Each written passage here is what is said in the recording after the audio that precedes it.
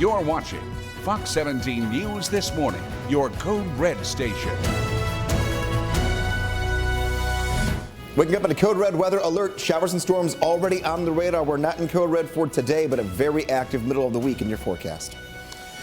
Also on Fox 17 News this morning, multiple people are recovering after being shot in North Nashville. We're going to tell you what we know about the cases so far. Thank you for joining us here on this Monday morning, May the 6th, on Fox 17 News this morning. I am Justin McFarland. Let's get started with the latest happening with your weather, as we're going to take a look at some of the weekend pop-up storms that took place across Music City. Some of those storms toppled trees.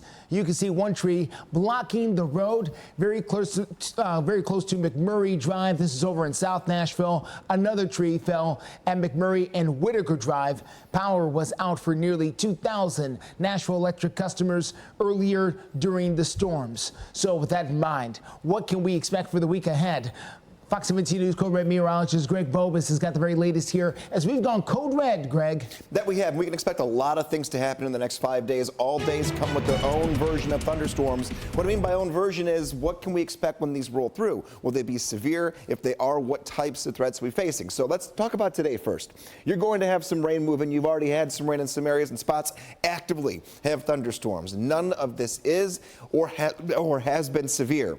Not anticipating any severe weather today in the forecast. They're moving quick. They've got some very heavy rainfall when they do track through. And yes, the lightning counter is on. We are getting quite a bit of that this morning. So keep an eye on that. And we're going to keep an eye on that. Nashville, a few showers and weak storms have clipped us so far, but this is going to continue to move to the east from the bottom left-hand side of your screen to the top right-hand side of your screen throughout this morning and into the afternoon. We'll keep tracking for you here about every 10 minutes. Just make sure you know what the current radar is like, and we're trying to find those little pockets of opportunity. But I would say the Nashville area, about 10-15 minutes, we will see some more decent heavy rainfall in some spurts for a good half hour. The majority of our action, though, is still well to the west of the Nashville area. Get up to the Tennessee River, but areas like Dickson going to pick up very soon. Clarksville, thunderstorm on top. You get about a 10-minute break. More thunderstorms coming your way as well. So what is just the big picture? And this is a lot to throw at you at 4:02 in the morning on a Monday. Code Red begins tomorrow. Damaging wind likely for tomorrow. Severe weather, though, all types of it are possible on Wednesday. We'll take a look at all those maps and plan it out on Future Track coming up in a few minutes. Steer clear traffic gets out the door this morning at you at I-24 at Old Hickory Boulevard. This is over in the Antioch area. Traffic over there moving along just fine despite the rain. Do not have any major accidents working right now across the mid-state. We're doing really, really nice. Well, of course, we'll continue to watch the roads here for you, let you know what we find with Steer Clear Traffic live through 9. We are following some breaking news out of the Mulberry Downs neighborhood that's in North Nashville. That's where firefighters spent part of their night fighting a house fire that broke out shortly after midnight. That's on Berrywood Way. Fox 17 News' Karen Aguilar is live on that scene with a look at that damage. Good morning, Karen. Good morning, Justin. Yes, just as you mentioned, the fire happened a little after midnight, but the damage remains. And you can tell just behind me, look how bad this home has been damaged. The roof of it completely gone. Some pieces of that building on the car on the downstairs floor. And we also saw investigators here on scene just checking to see what could have caused this fire. All right, we're going to get back with Karen Aguilar coming up here in a few moments. Before we do, though, we want to follow some breaking news out of North Nashville. That's where police say 3 people were shot. Happened in the 1000th block of Buchanan Street shortly before 8 o'clock last night. Let's take a look at the map there in that area. So far, Metro Nashville police say that multiple cars were hit across the line of fire. Morning, detectives are at the hospital working to get more information from the victims. We are told they're in stable condition. We will continue to bring you updates as soon as we get more information about these shootings. An update this morning to tell you about as Metro Police confirm a woman has died after being shot with her own gun. Happened around 11 a.m. yesterday, not far from the campus of Fisk University. Police say that the 25-year-old woman was visiting a friend, and somehow during that visit, a 3-year-old there in the home got hold of the woman's gun. The shooting is now being investigated as accidental. Rising floodwaters in the southeast side of Texas has left hundreds of people stranded. Coming up next, we've got the very latest on an escalating crisis. And a bowling alley in Maine remains open. This is after months of the worst mass shooting in the state's history. We've got an update on the business owner's decision to start again. Plus, Fox 17 News is in a code red weather alert, not because of the rain that's out there this morning. No. The unknown serial killer, Jerry Johns. He killed probably 6 women. How high school kids solve a series of murders. Fox 17 News investigates the Bible Belt Strangler, Monday at 9.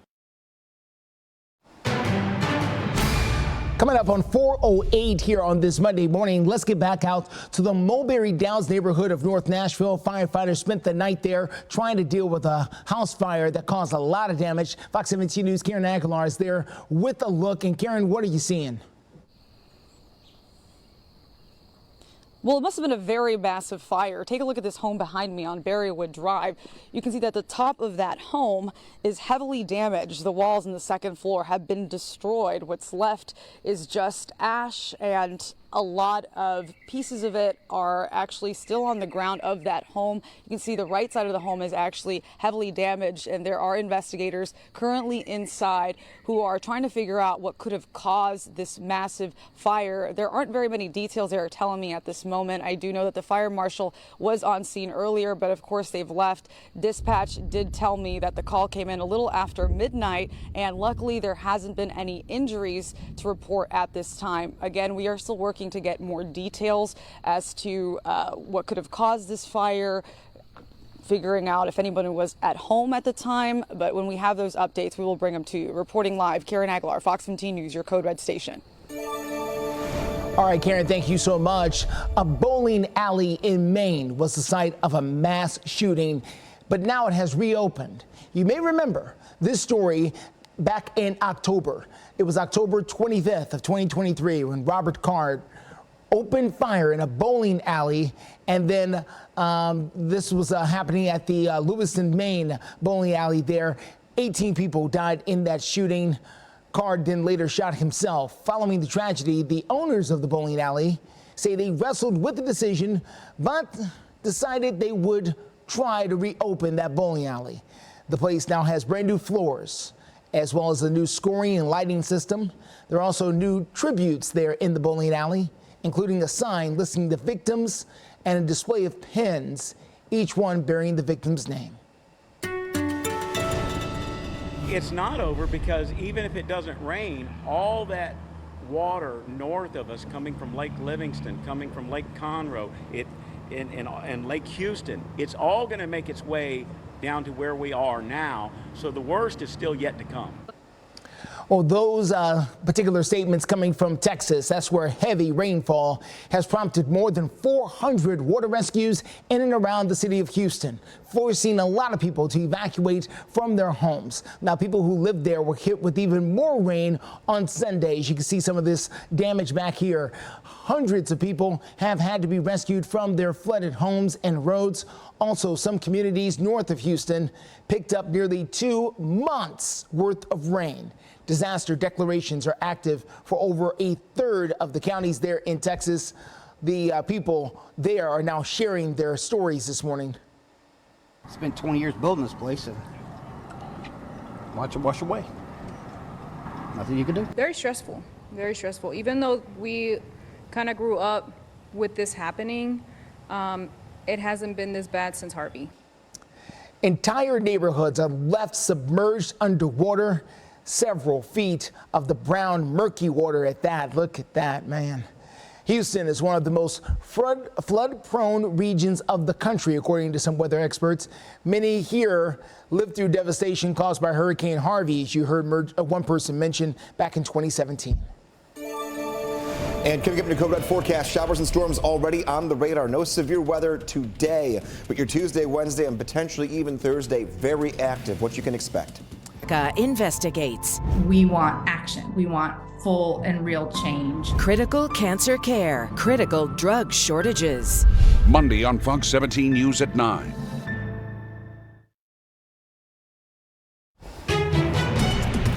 4:13 is the time. Welcome back to Fox 17 News this morning. We've got the very latest happening here as far as your weather is concerned.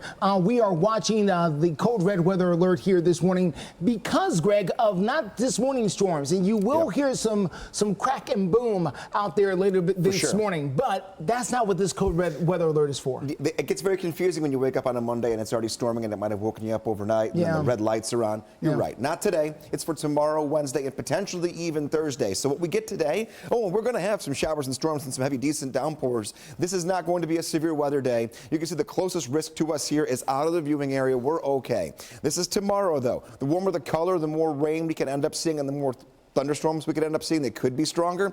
This is your Tuesday, north of I-40, a chance for some damaging wind. That's the one threat that I'm watching out for afternoon through the evening. Then on Wednesday, colors keep getting hotter. We're at level 3 north and west of the Nashville area. Keep that in mind. Now we're talking a little different. We've gone from today, no severe weather, to tomorrow, damaging wind. Wednesday, wind, hail, flooding, and the possibility of tornadoes cannot be ruled out for just about everyone, especially if you're in the orange. None of them, as always, are guarantees, but that's the day to watch very carefully. And Thursday may repeat a Wednesday setup. So between now and the end of the week, a lot to talk about and a lot just to know. Today, the best part, though, is that we're not going to see severe weather. Here's the afternoon, 1 p.m. We're going to have some heavy rain, that's for sure. And there will be more lightning and thunder. Could even be a little breezy or gusty at times, but not up to severe weather potential. Here's tonight. Things die down just a touch. Waking up tomorrow morning dry. 7 a.m. Not a whole lot happening just yet. And this does not look impressive. Those little specks you just see.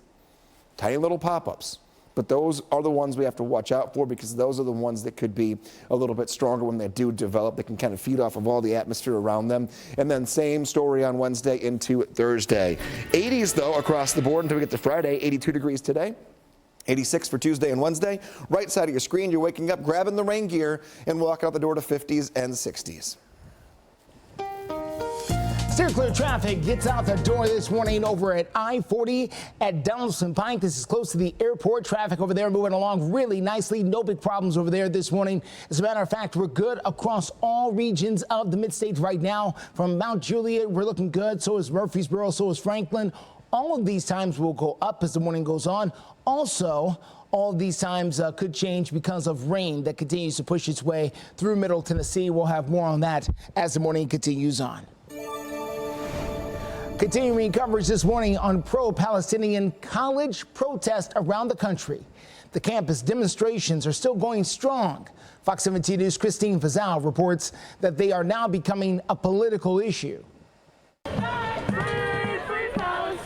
This was the scene early Sunday morning at the University of Southern California as police surrounded an encampment before dismantling it. Part of a weekend marked by tensions running high of pro-Palestinian and pro-Israeli protesters facing off. At the University of Virginia, at least 25 people were arrested, with tensions spilling into commencement ceremonies like this one at the University of Michigan. How to best respond to the issue haunting Democrats, many who have publicly admonished the administration's unconditional support for Israel, financially and militarily. If we don't see some changes, I think it is appropriate to put conditions on some of this aid. President Biden walking the fine line of supporting the protesters and those who feel threatened. Everybody has a right to protest, but they have to protest peacefully. If they're protesting violently, that has to end. There's no place for that. There's no place for anti-Semitism. There's no place for Islamophobia. Republicans, meanwhile, seizing on the Democratic divide. One of the many reasons why Donald Trump is going to win this election is you've got Democratic protesters out there putting a terrorist headdress on a statue of George Washington. Former President Trump in a new ad praising a group of fraternity brothers who reportedly protected an American flag at UNC Chapel Hill. I held the Israeli flag and they held up the American flag while protesters chanted at us, screamed at us. I was told to kill myself about 50 times. Questions now about whether the end of the semester will bring an end to campus protests or simply shift, with planning already underway for them to gather outside of the Democratic National Convention in Chicago, with more echoes of 1968. This lawsuit filed against the city, one of many, by groups who say they've been denied protest permits with accusations their free speech rights are being denied. Unrest not abating 6 months before Election Day. I'm Christine Frazau reporting. In other news this morning, the CIA director, Bill Burns, is in Cairo. This is as negotiations for a ceasefire with the Israel-Hamas war continue on. A person familiar with this particular situation says that he is representing the United States in talks between Israel, Hamas, Egypt, and Qatar. Also new, there is a proposal from Egypt that calls for Hamas to release as many as 33 hostages still kidnapped from Israel. The White House has not yet received a response from Hamas on this particular proposal. Well, we are diving a little deeper into former President Donald Trump's hush money criminal trial. The jury recently heard from one of the most trusted former aides in the camp of former President Trump, and that would be Hope Hicks. Now, she was the prosecutor's 9th witness and testified for almost 3 hours. The trial is now entering its 3rd week of testimony today, with prosecutors building towards their key witness, which is Michael Cohen. Now, the former president faces 34 felony counts of falsifying business records. The former president has pled not guilty to the charges. Well, this is expected to be a critical week for the future of the House Speaker, Mike Johnson. Republican Congresswoman Marjorie Taylor Greene of Georgia says she is planning to introduce a resolution calling for Johnson's ouster as the Speaker. She says she is unhappy that Speaker Johnson pushed through a foreign aid package last month that helps Ukraine, Israel, and Taiwan. She says that Johnson has compromised too much with Democrats. It's unclear exactly how many Republican members will side with her, but she doesn't need a lot. Meanwhile, House Democrats leaders say they will vote to kill Greene's plan to try to keep Johnson as the Speaker. Well, Fox 17 News is working to learn more about a house fire that took place overnight. You can see there for yourself the Nashville Fire Department still on scene, sorting through the leftovers of a house that was doing just fine a few hours ago, but now is just a shell of its former self. Fox 17 News' Karen Aguilar is live at the scene. She'll have updates in about 10 minutes. Plus, the DEA may be changing the classification of marijuana this week. Support the Feeding America nationwide network of food banks to help provide meals to those in need. Join us at feedingamerica.org.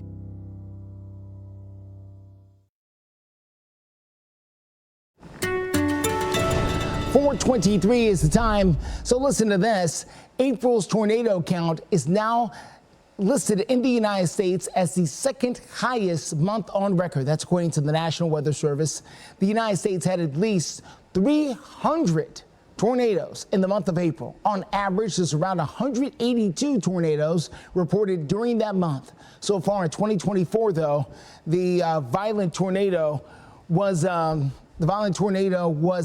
most violent tornado was an EF4 that struck in Oklahoma on April 27th. The National Weather Service says that this is the 3rd most active severe weather and tornado month of the particular year. So a lot happening there. You can see some of the damage it's caused.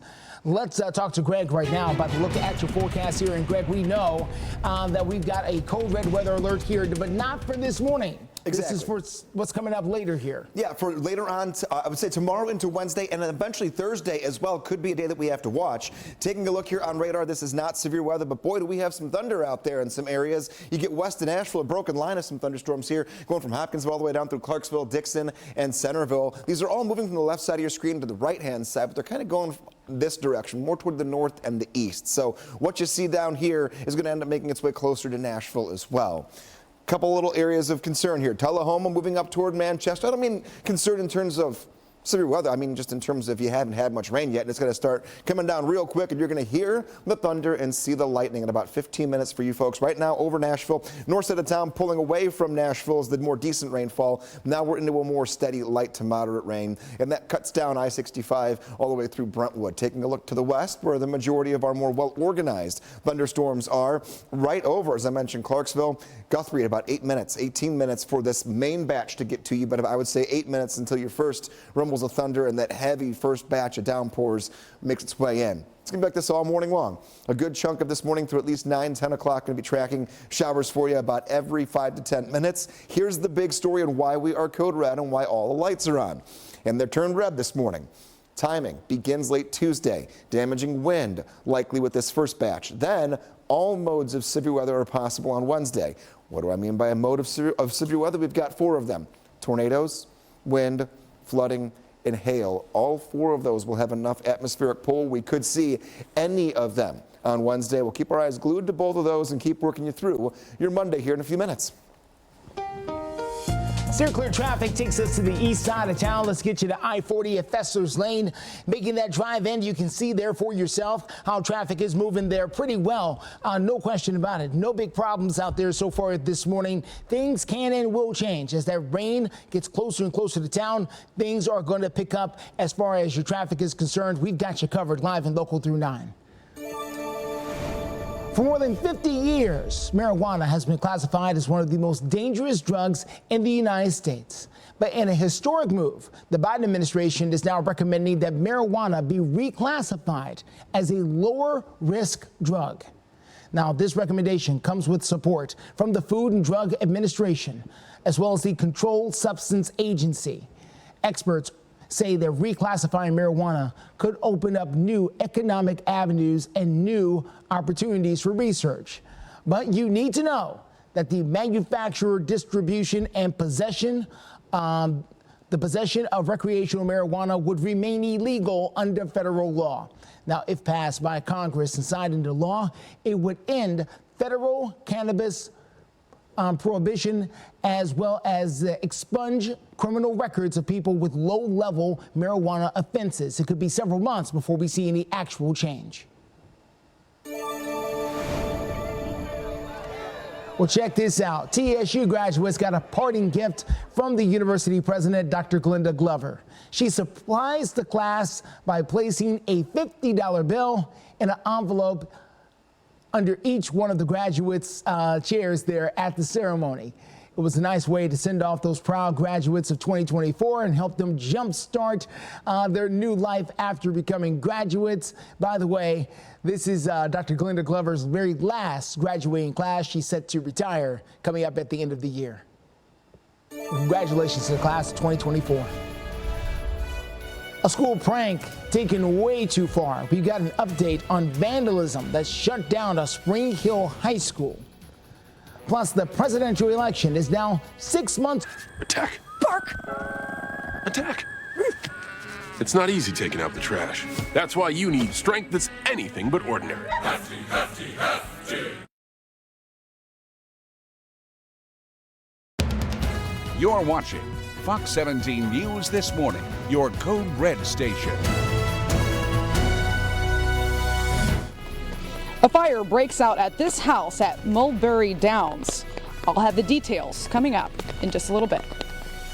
And a forecast starting off here with some rain moving into the area. We are in code red for your Tuesday and Wednesday. However, I still am tracking thunderstorms here on this Monday, a very active start to the week. Steer clear traffic takes us out to I-40 at Fessler's Lane. That's just east of downtown. We're looking good there so far, but the thunder and lightning will join us soon. We'll talk more about that coming up here in just a second. Thank you so much for joining us here on Fox 17 News this morning.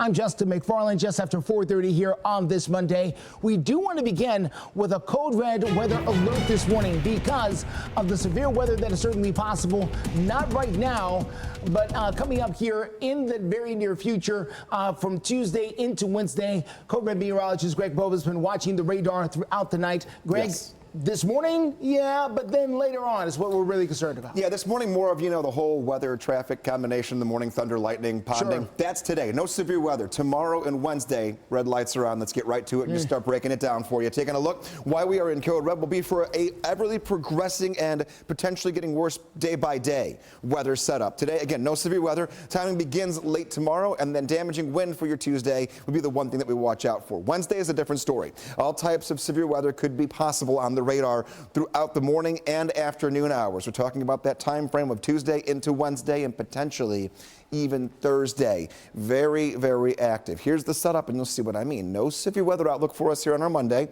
but there will be some more showers and storms this afternoon. We're going to be on and off throughout the day. Keep that in mind. Rain gear is going to be your best friend this week. Slight risk. So a category 2 north of I-40 for tomorrow. Again, wind threat tomorrow. South of I-40 could have 1 or 2 stronger storms for some wind gusts, but most of that area not as concerned. Here's where the change happens. Now everyone at least in a category 2 out of 5. Remember, higher the number, the more storms that are possible that could be severe. And that means Wednesday, if you get north and west, especially of the Nashville area, including Nashville itself, the chance for all types of severe weather, and that threat is going up to a 3 out of 5. We have to watch all these days carefully for different reasons and different locations. So that's the big picture. Now, taking a look at future track, just to work you through today, a few more showers and storms throughout this morning. They're already out there on the radar. You can probably hear the thunder if you're west of I-65. And then future track through 1 o'clock, a few more pop up. We'll work you through the rest of today, tomorrow, and Wednesday on future track coming up in the next check of your forecast. Steer clear traffic for you this morning. Let's get you out to I-65 at Trinity Lane on the north side of town. That is where you can see traffic moving along really nicely with no big problems in either direction there. There is some ponding out there on the road. Be aware of that as you get out and about this morning. We're going to continue to watch for anything that can get in your way. We've got the very latest with Steer Clear Traffic live and local through 9. We are following breaking news out of the Mulberry Downs neighborhood. That's on the north side of Nashville, close to the Bellshire area. That is where firefighters are dealing with the scene after a house sustained major damage there on Berrywood Way. Fox 17 News' Karen Aguilar, you see her there standing by. Karen, this was substantial damage. Yeah, it must have been a massive fire because the damage is heavy. But I want you to imagine waking up in the middle of the night to your house engulfed in flames. That very well could be the reality for one family here on Berrywood Drive. Just take a look at their home.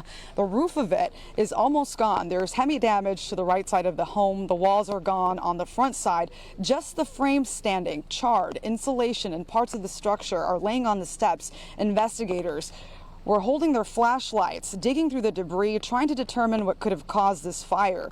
They haven't been giving me too much information, but what we do know is that dispatch tells me no one was hurt in this fire. At this time, we're working to learn more about what happened, some details, how many people were inside the home at the time, or if anybody was at home at all. And once we get that information, we will bring it to you. Reporting live in Nashville, Karen Aguilar, Fox 17 News, your Code Red station. All right, Karen, thank you so much. Just right down disgraceful. Crisis in the classroom this morning. Murray County Public Schools and law enforcement are now looking into damage that took place at the Spring Hill High School. And the vandalism is being confirmed by a school spokesperson. Now, we want you to take a look at the images here at your screen. You can see some of that damage done inside of the Spring Hill High School as it is going viral on social media. The video shows chairs and desks knocked over, toilet paper all over the classrooms, and students inside of garbage cans in the hallways. An investigation is now underway into the students who could be involved. In the meantime, Spring Hill parents say they are upset. I honestly think that it is ridiculous. Like, they took it way too far. As I stated before to other people today, that I feel like they just took advantage of the time and just went beyond a prank. Murray County schools and their classes will be on their regularly scheduled for today. Officials also say the graduation will be taking place as planned. Now, Crisis in the Classroom is our commitment to exposing problems and finding solutions for mid-state issues happening in the classroom. If you have a story that you think we should know about, you can drop us an email. You can reach us at news@fox17.com, or you can call our tip line 266-4149. Happening right now, the Biden administration is now ramping up its response to college protests. This is all because of the Israel-Hamas war. Education Secretary Miguel Cardona sent a letter to college and university presidents condemning anti-Semitism on campuses. This comes after the president addressed the issue for the first time on camera and called for peaceful protests without all of the chaos as we've seen. Some pro-Palestinian demonstrations have ended with violence, as you're watching some of that right here. This has happened over the last 2 weeks, where more than 2,000 people have been arrested across the country. Weather alert for the rest of not just today, tomorrow, Wednesday, and into Thursday, potentially a very active week of thunderstorms ahead. Well, they don't call us a volunteer state for nothing. Middle Tennessee's first responders are now going out to assist in Clarksville, where the lightning is flashing and the rain is falling. So heads up out there in that particular community. Heavy raindrops falling out there, making visibility low. We will continue to track your weather and your traffic coming up here in the next few minutes. As a matter of fact, let's start right now. Code Red meteorologist Greg Bob is standing by. Let's dive right into it here. Yeah, we do have heavy rainfall and some decent thunderstorms that are out there. No severe weather, but it is going to slow you down. Limited visibility, and that heavier rainfall could mean to some ponding or isolated areas of standing water this morning. I want to get you to future track and timeout when this moves out, and then talk about our code red for Tuesday and Wednesday. Today, morning hours, absolutely going to continue to see some showers and storms that I'll be tracking for you. No severe weather today. We'll get a little break mid to late morning, and then we'll bring in some showers and storms this afternoon. Again, no severe weather expected, but some gusty wind with a few of these can't be ruled out. Tuesday looks far less impressive on the radar when it comes to how many showers and storms we see pop up, but these have the possibility of giving us some decent wind as they track through afternoon to the evening and into the first few hours of the night. Then Wednesday gets even more active throughout the day. Those are the 2 days we're watching for possible severe weather. The first round that comes in on Tuesday, the possibility of some damaging wind is the biggest thing we have to watch. So school day forecast, rain gear, and more rain gear from the next 3 days at least. Morning hours, a few showers and storms. After school, a few more showers and thunderstorms. Will this cancel after school events or after school practices, anything like that, games? Too soon to tell because it has to get out of here quickly enough, which I believe we're going to be right along that threshold of still dealing with a few showers and storms around 5, 6, and 7 o'clock. We'll keep our eyes on the radar. We'll be tracking actively for you here in about 5 minutes.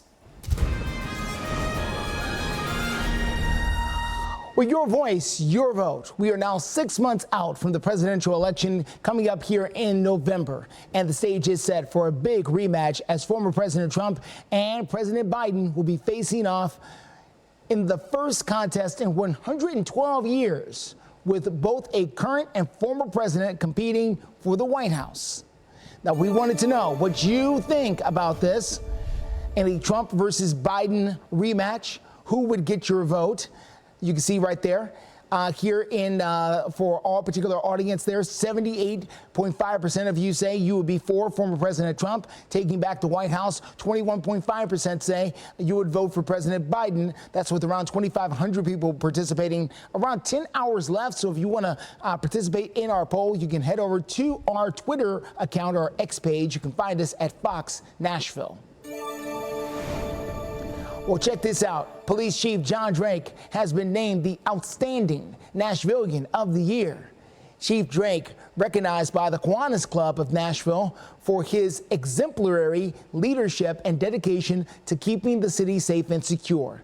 Now, the club presented Chief Drake with a specially framed drawing of himself. Chief Drake is a native Nashvilleian, but began his career in law enforcement back here in 1988. Congratulations to Chief. All right, coming up, we've got the very latest with your steer clear traffic as the rain is falling heavy across some parts of the mid-state. We'll have the very latest. Plus, we're going to go inside the Preds locker room and get their thoughts after a heartbreaking loss. Ay de mi hermana, la educación es muy importante y estoy haciendo un futuro mejor para mi hijo. Encuentra clases gratis para adultos cerca de ti en completatudiploma.org.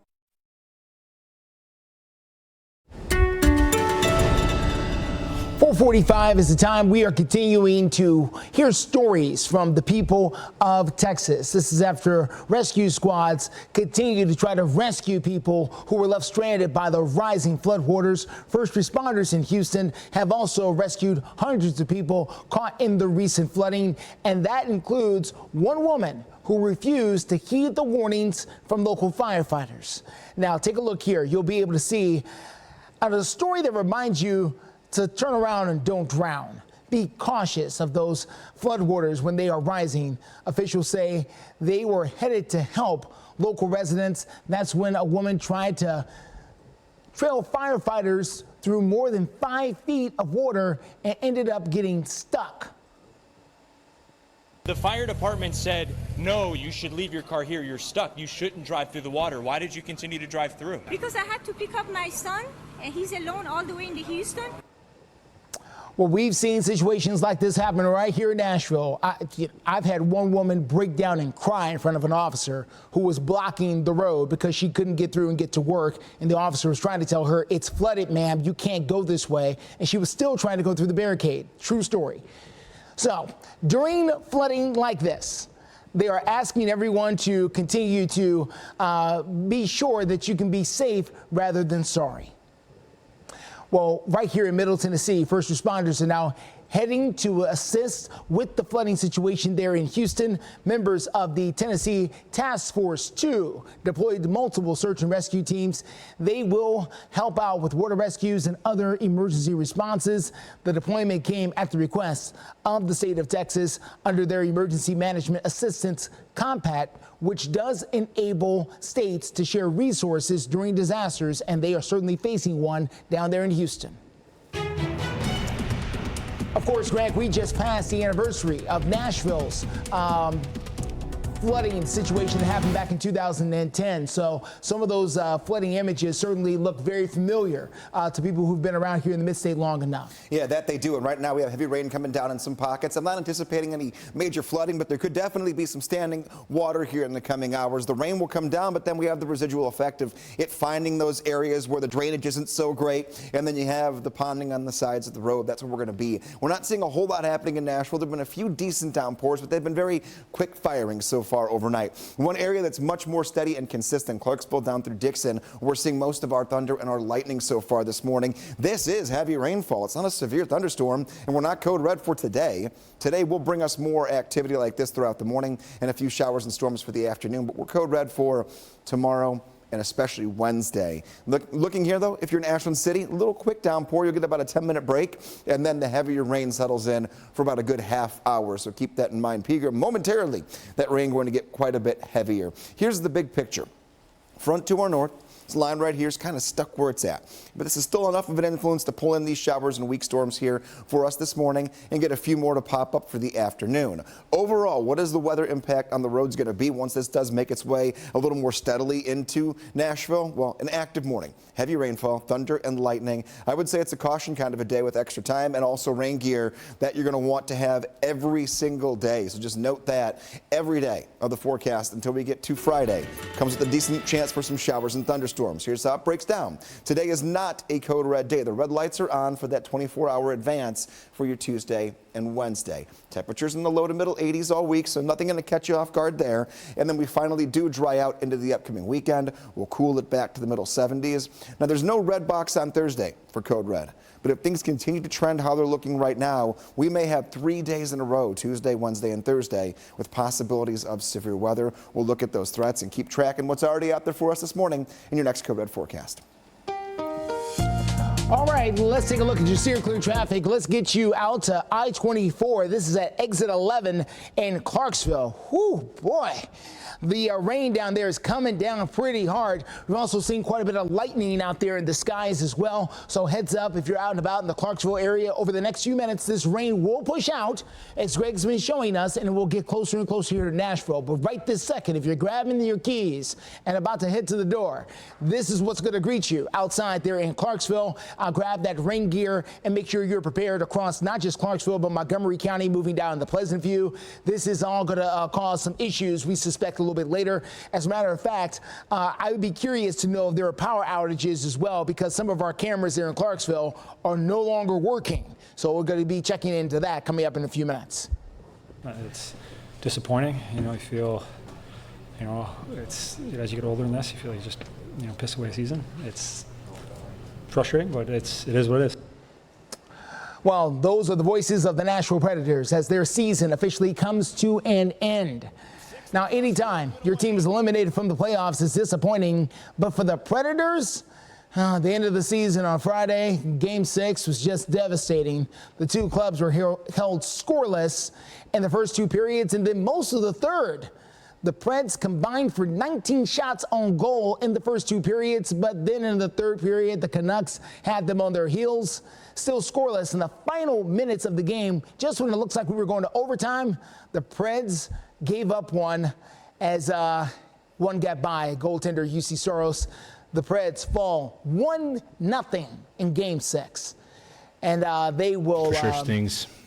We, liked a lot of part of our game tonight again, and kind of, throughout the whole series, and certainly some missed opportunities in some of the earlier games as far as, closing it out. That stinks. Yeah, obviously, it was a close game. It was there for us. They beat us. It's unfortunate. It's disappointing. You feel, it's as you get older in this, you feel like you just, piss away a season. It's frustrating, but it is what it is. They were the better team. They beat us. Yeah, it is frustrating. I think, especially in playoffs, you gotta take care of your home games. You gotta win some of your home games, and we didn't do that. And to not get a win for them, and obviously for us, because we take a lot of pride in playing at Bridgestone, and we definitely gotta find a way to be better at home and get some wins. Yeah, not the end of the season they were looking for. It wasn't just Game 6 that special teams struggled for the Preds. It was the entire series. After the Game 6 loss, the players in the locker room all agreed that this one is going to sting for a little while. But several of them also mentioned how far they came this season and what they had to go through just to get to this stage in the playoffs. Remember that this team started 5-10 on the year, and then came together and rattled off a league-high 18-game point streak to make it into the postseason. Well, it was also a very tough weekend on the diamond for the Vandy boys. Vanderbilt baseball not only dropped the series finale to Georgia 11-6, but the Doors got swept by the Dogs this weekend. This is 3 straight losses that puts them at 11-13 in the SEC. And it doesn't get any easier. The red-hot Tennessee Volunteers come to town this weekend for a 3-game set starting on Friday. Well, hundreds of shelter cats at the Nashville Humane Association are getting the love and care that they need. We're going to tell you how coming up. Also, Fox 17 News is working to learn more about a house fire that took place overnight on the north side of town in the Bellshire area. This is on Berrywood Drive, to be exact. We've got more as firefighters looks like they finally about their learning. They are going to do better. How a group of kids solved a 40-year-old murder mystery. I feel it's my responsibility to tell their story. Fox 17 News investigates Monday at 9. 4:55 is the time. A live look there across the city of Clarksville. That is where we are dealing with heavy rain in that area. As you can see there, we are also dealing with a lot of lightning up there as well. So heads up in that particular area. We will continue to follow the forecast here and bring you the very latest happening across the mid-state with this rain. As a matter of fact, let's get over to Greg Bovis right now. He's standing by with a look at your forecast. And Greg, we're code red, not for what's happening now, but later. Yeah, later. And we're talking tomorrow into Wednesday, but it is definitely still active out there right now. You want all the rain gear, the winter, not the winter, I should say the raincoat. You want the rain boots. You want the umbrellas. We're going to need them today, tomorrow, Wednesday, and Thursday in the forecast. That's how we start off your day. Getting out the door this morning to some heavy rainfall, thunder, and lightning. We've not had a single severe storm overnight. I'm not worried about any of those for this morning or afternoon, but this is going to slow us down big time as it pulls closer and closer to Nashville. There's already been some rain in the downtown area, but this is going to really only get a little bit worse before it gets better in terms of visibility, how hard it will rain, and thunder and lightning potential. We're in the 60s right now, so not terribly on the cooler side by any means. We're going to stay consistent in the 60s each morning this week. But look at this, upcoming rain chances. They're there for Tuesday, Wednesday, and Thursday as well. We're just getting started. A long week ahead of us when it comes to rain. By 9 o'clock, 10 o'clock, most of our rain has tracked out for the time being. Then another push of some showers and storms after noon, literally after 12 o'clock, going into 1 p.m. and then throughout the evening hours. Again, no severe weather today, but the chance for severe weather on Tuesday and Wednesday will be there. We'll talk about threats. We'll talk about timing specifically for each day as we go into our 5 o'clock half hour in just a few minutes from right now. Steer clear traffic for you at 4:57. Let's get a look here at that rain continuing to pelt the city of Clarksville right now. Heavy rain, big raindrops, and frequent lightning flashing across the skies there at exit 11 in Clarksville. And it's like this in many other parts of the city as well. So heads up. See some of that lightning has to be blinding when it flashes like that across the city. So heads up out there as that rain continues to push its way in. again, not just through Clarksville, but eventually into Pleasant View, and then eventually into Nashville. We've got this strong line of storms moving in. Greg Bobus will give us the very latest. I can tell you right now, though, it's not causing major crashes, not causing major tie-ups. As a matter of fact, this is a look in Nashville. This is at I-65 Trinity Lane. You can see the difference between the two cameras there pretty plainly about what we're facing out there. We'll continue to follow the traffic here for you live through 9. Well, in your community, the Nashville Humane Association is now full of rescue cats and kittens. When they ask for your help with food and supplies for all of the fur babies, Nashville has stepped up. The Humane Association taking to social media to show how big stacks of boxes of donations have now poured in. The Nashville Humane Associations and those kittens are thanking the community for their generosity. Well, now is your chance to play. Good morning, Erica. Now is your chance to play Mother's Day Mania for your chance to win a little extra money. You can grab your phone right now and scan the QR code right there on your screen for your chance to win a $100 prepaid gift card. If you get the answer correct there, you could win the $100 daily prize. And of course, those daily prize winners are also eligible for their chance to win $5,000. Again, just scan that QR code right there on your screen to take part in the Mother's Day Mania question of the day. And you don't have to be a mom in order to win. The United States economy just added 175,000 jobs last month. That's according to data from the Bureau of Labor Statistics. That's much less than economists were expecting and the slowest job growth the country has seen since October. Meanwhile, the unemployment rate ticked to its a little bit higher to 3.9%. April marked the 27th consecutive month that the jobless rate has stayed under 4%. The streak hasn't been seen like this since the late 1960s. Our 5 o'clock hour starts right now. You're watching Fox 17 News This Morning, your Code Red station.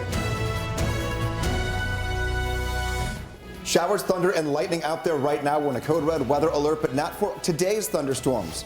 Tuesday, Wednesday, and potentially even Thursday. Many things to look at this week. Greg, thanks. And now on Fox 17 News This Morning, an overnight shooting in Nashville leaves 3 people hurt. We'll tell you what we've been able to learn so far this morning.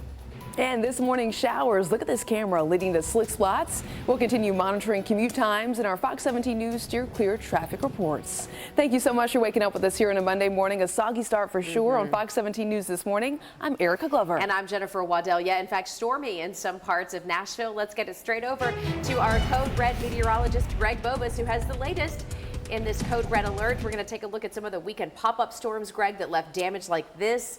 This is a tree that toppled. This blocked the road near McMurray Drive in South Nashville. What else are you looking at, Greg?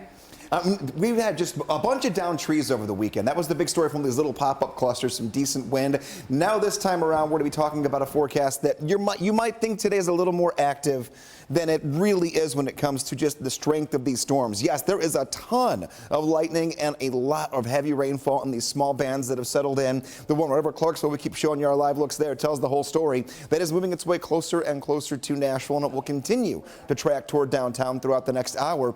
Taking a look, it is starting to finally pull away from Clarksville just a touch out toward Guthrie. Then we have Ashland City going to light back up here. You got a little break. I told you about it 10 minutes ago that you would only be about a 10-minute break, but we'll talk about you guys in a moment because you're going to work right back into this. Springfield, about 10 to 15 minutes. You're going to get clipped by the edge of this. You're not going to get the bulk of the thunder and lightning, but you'll definitely still hear it and see it off to the north and the west. Taking a look, hey, Ashland City, back to you, 4 minutes, and then everything picks right back up. A little light rainfall right now, but the heavier downpours that are on their way. Nashville itself, not a whole lot happening. We have had a few showers so far overnight. Nothing that was substantial or lasted all that long. Everything is trending from the bottom left-hand side of your screen to the top right-hand side of your screen. We are not code red for today, 82 degrees. There'll be a few more afternoon showers and storms we'll track for you. Then we'll start piecing together the puzzle of Tuesday into Wednesday and the different types of timing and severe threats we're looking at.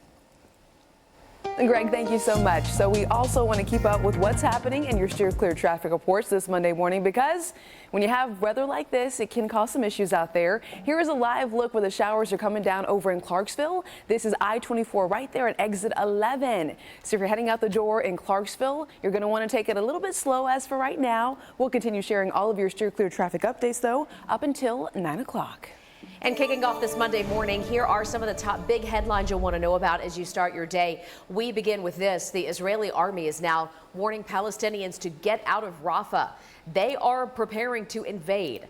Israel's defense minister warning of a powerful operation in Rafah in the near future.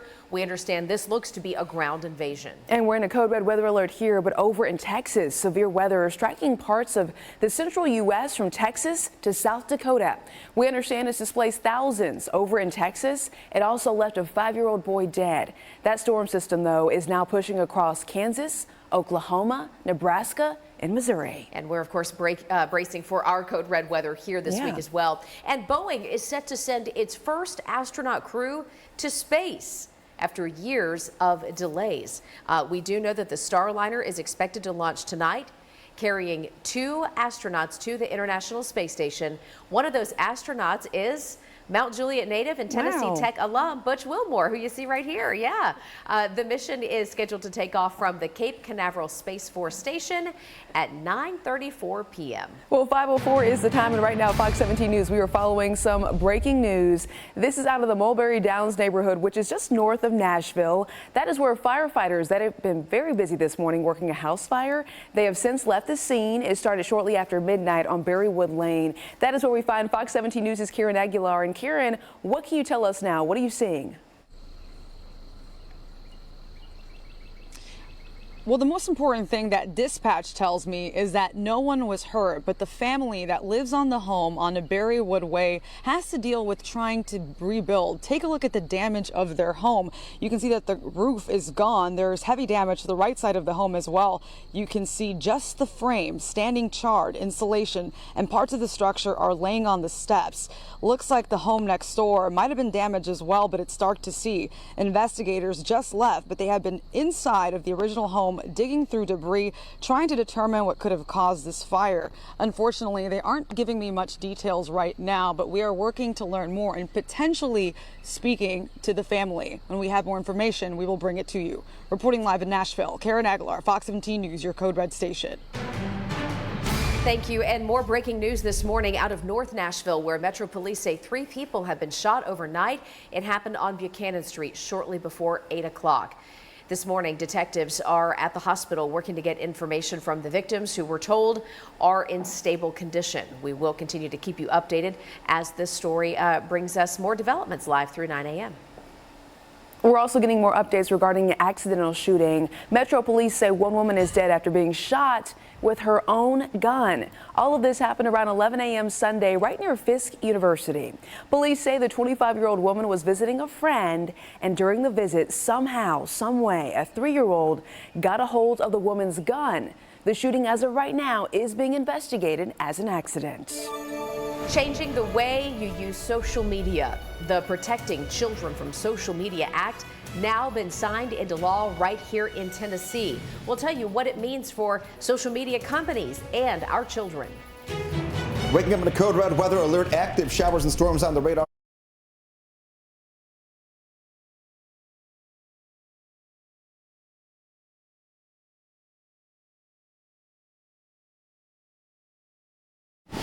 Welcome back. Just about 5:09. Right now, though, we're talking about a bowling alley in Maine that was the site of a mass shooting. Well, it has since reopened. Back on October 25th of 2023, Robert Card opened fire in a bowling alley and then in a bar in Lewiston, Maine, killing 18 people. Card later shooting himself. And after the shooting, the owners of the bowling alley said they really wrestled with the decision over whether or not to go ahead and reopen. But they decided ultimately, yes, they would. The place now has new floors and new scoring and new lighting systems. See folks in there really excited. There are also tributes, including a sign listing the victims and a display of pins, each bearing a victim's name. They experienced Hurricane Harvey, and the way this is, it's not region-wide like Hurricane Harvey was, but in this area, It's second only to Hurricane Harvey.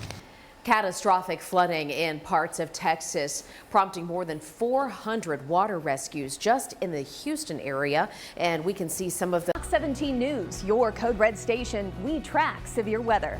Using our Code Red alerts up to 3 days in advance.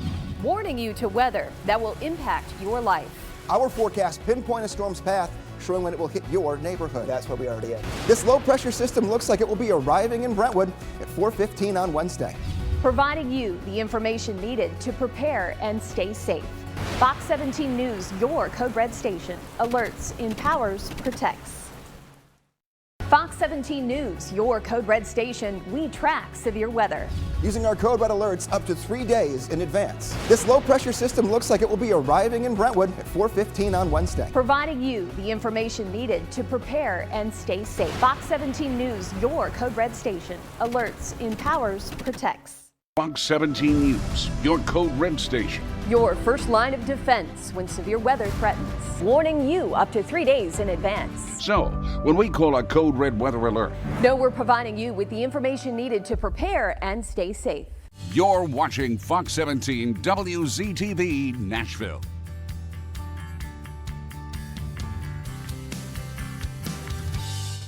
The Fox 17 Code Red weather app, your first line of defense when severe weather threatens. Download the Fox 17 News Code Red weather app now. You're watching Fox 17 WZTV Nashville.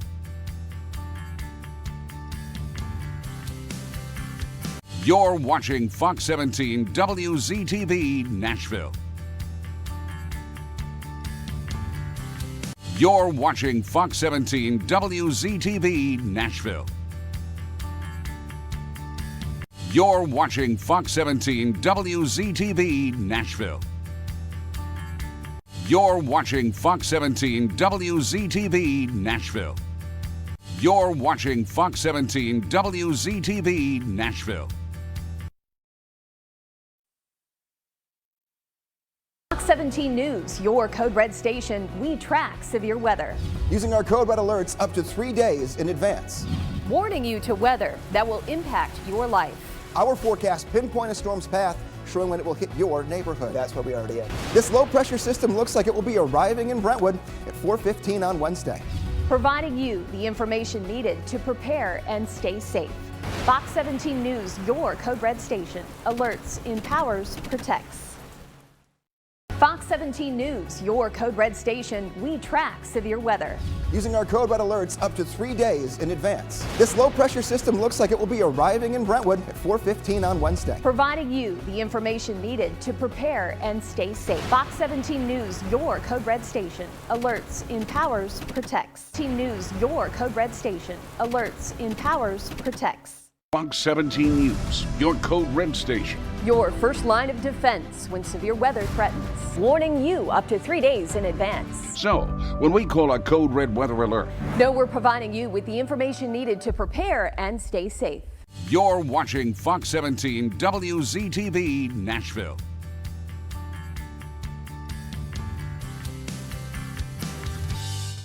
The Fox 17 Code Red weather app, your first line of defense when severe weather threatens. Download the Fox 17 News Code Red weather app now. You're watching Fox 17 WZTV Nashville.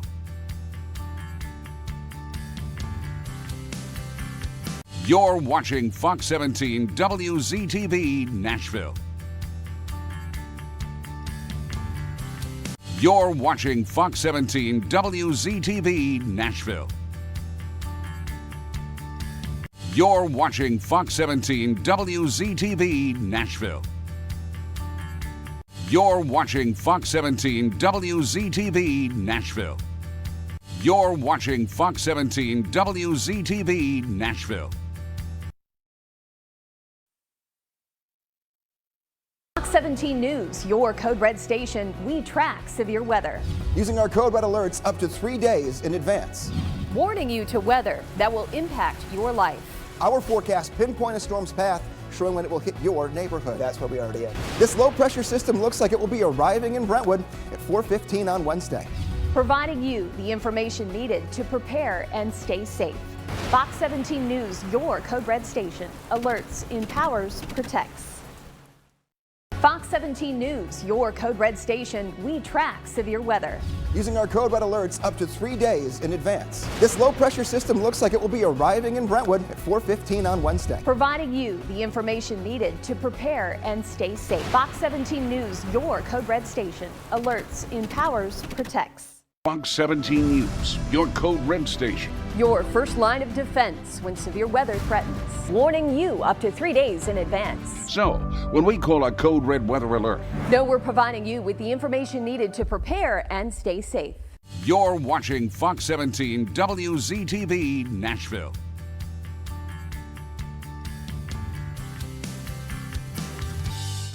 The Fox 17 Code Red weather app, your first line of defense when severe weather threatens. Download the Fox 17 News Code Red weather app now. You're watching Fox 17 WZTV Nashville.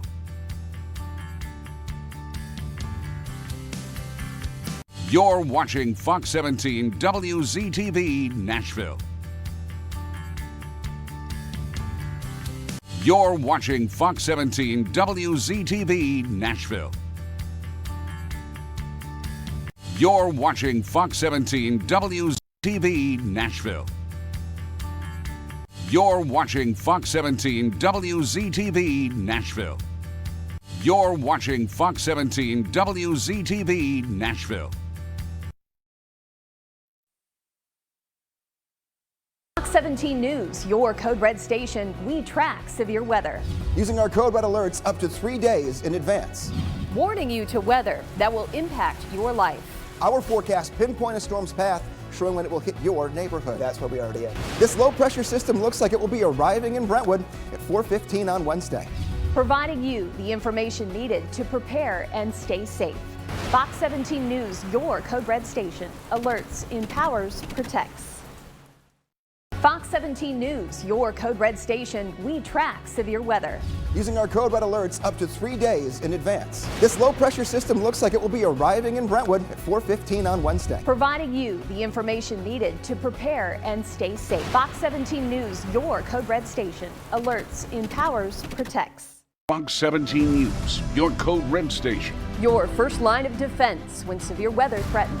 Warning you up to 3 days in advance. So, when we call a Code Red weather alert, know we're providing you with the information needed to prepare and stay safe. You're watching Fox 17 WZTV Nashville.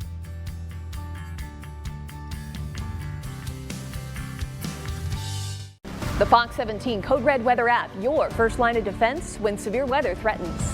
Download the Fox 17 News Code Red weather app now. You're watching Fox 17 WZTV Nashville.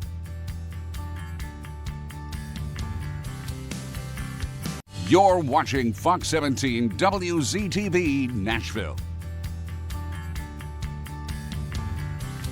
You're watching Fox 17 WZTV Nashville.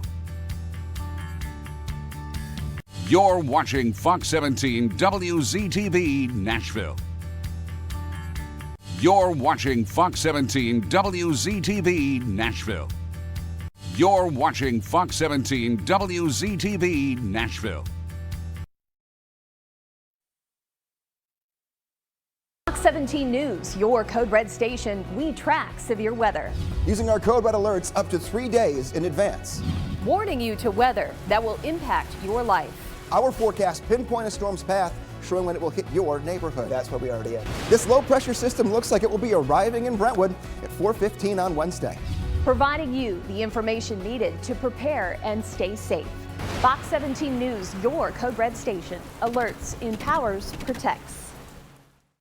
Fox 17 News, your Code Red station. We track severe weather.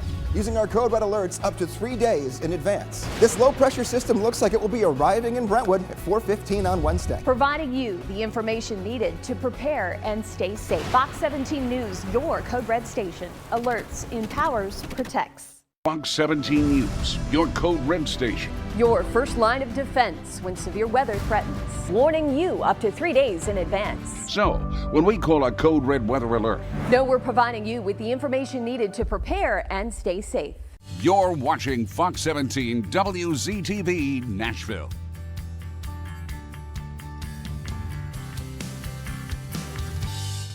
The Fox 17 Code Red weather app, your first line of defense when severe weather threatens. Download the Fox 17 News Code Red weather app now. You're watching Fox 17 WZTV Nashville.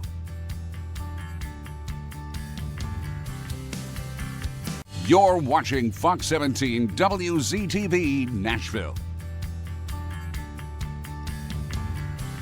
You're watching Fox 17 WZTV Nashville. You're watching Fox 17 WZTV Nashville. You're watching Fox 17 WZTV Nashville. You're watching Fox 17 WZTV Nashville.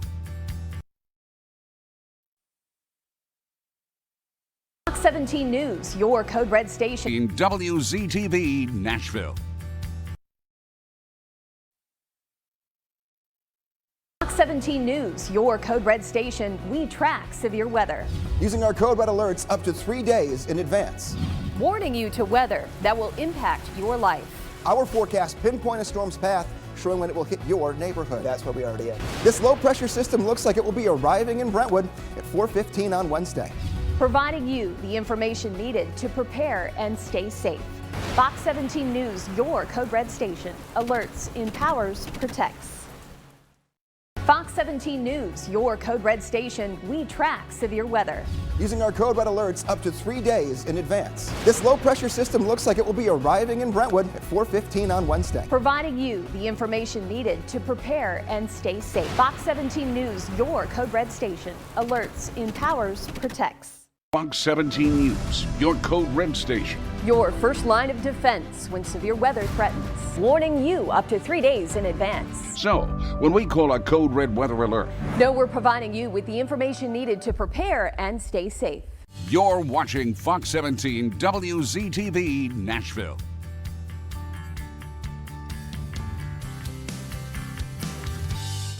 The Fox 17 Code Red weather app, your first line of defense when severe weather threatens. Download the Fox 17 News Code Red weather app now. You're watching Fox 17 WZTV Nashville.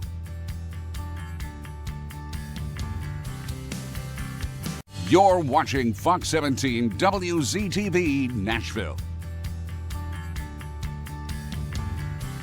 You're watching Fox 17 WZTV Nashville. You're watching Fox 17 WZTV Nashville. You're watching Fox 17 WZTV Nashville. You're watching Fox 17 WZTV Nashville. Fox 17 News, your Code Red station. We track severe weather. Using our Code Red alerts up to 3 days in advance. Warning you to weather that will impact your life. Our forecast pinpoint a storm's path, showing when it will hit your neighborhood. That's where we already are. This low pressure system looks like it will be arriving in Brentwood at 4:15 on Wednesday. Providing you the information needed to prepare and stay safe. Fox 17 News, your Code Red station. Alerts, empowers, protects. Fox 17 News, your Code Red station. We track severe weather. Using our Code Red alerts up to 3 days in advance. This low pressure system looks like it will be arriving in Brentwood at 4:15 on Wednesday. Providing you the information needed to prepare and stay safe. Fox 17 News, your Code Red station. Alerts, empowers, protects. Fox 17 News, your Code Red station. Your first line of defense when severe weather threatens. Warning you up to 3 days in advance. So, when we call a Code Red weather alert, know we're providing you with the information needed to prepare and stay safe. You're watching Fox 17 WZTV Nashville.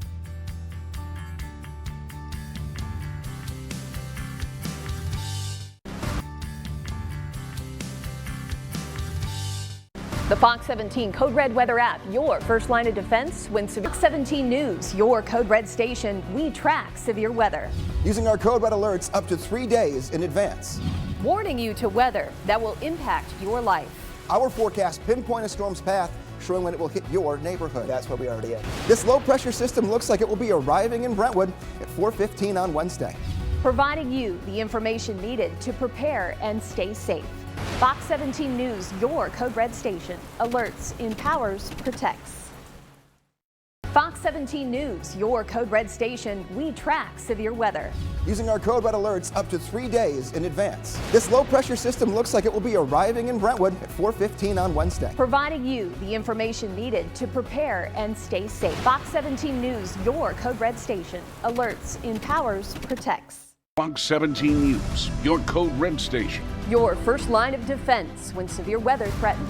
Warning you up to 3 days in advance. So, when we call a Code Red weather alert, know we're providing you with the information needed to prepare and stay safe. You're watching Fox 17 WZTV Nashville.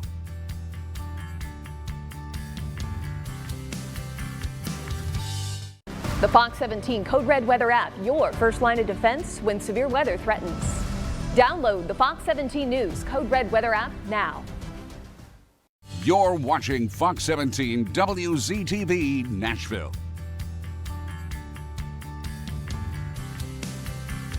You're watching Fox 17 WZTV Nashville. You're watching Fox 17 WZTV Nashville. You're watching Fox 17 WZTV Nashville. You're watching Fox 17 WZTV Nashville. You're watching Fox 17 WZTV Nashville. Fox 17 News, your Code Red station. We track severe weather. Using our Code Red alerts up to 3 days in advance.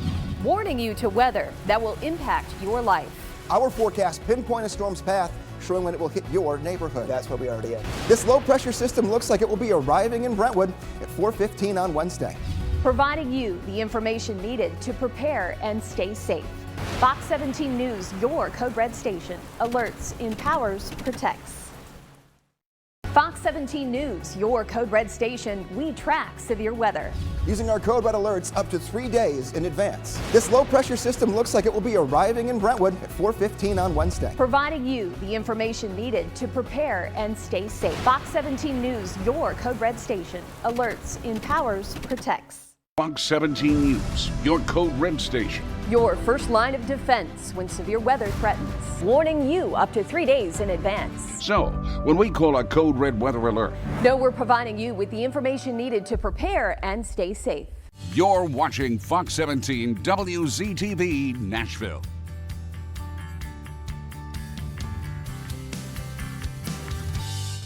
The Fox 17 Code Red weather app, your first line of defense when severe weather threatens. Download the Fox 17 News Code Red weather app now. You're watching Fox 17 WZTV Nashville.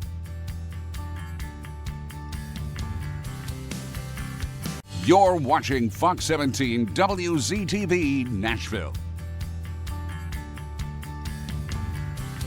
You're watching Fox 17 WZTV Nashville. You're watching Fox 17 WZTV Nashville. You're watching Fox 17 WZTV Nashville. You're watching Fox 17 WZTV Nashville. Fox 17 News, your Code Red station. We track severe weather. Using our Code Red alerts up to 3 days in advance. Warning you to weather that will impact your life. Our forecast pinpoint a storm's path, showing when it will hit your neighborhood. That's where we are today. This low pressure system looks like it will be arriving in Brentwood at 4:15 on Wednesday. Providing you the information needed to prepare and stay safe. Fox 17 News, your Code Red station. Alerts, empowers, protects. Fox 17 News, your Code Red station. We track severe weather. Using our Code Red alerts up to 3 days in advance. This low pressure system looks like it will be arriving in Brentwood at 4:15 on Wednesday. Providing you the information needed to prepare and stay safe. Fox 17 News, your Code Red station. Alerts, empowers, protects. Fox 17 News, your Code Red station. Your first line of defense when severe weather threatens. Warning you up to 3 days in advance. So, when we call a Code Red weather alert, know we're providing you with the information needed to prepare and stay safe. you're watching Fox 17 WZTV Nashville.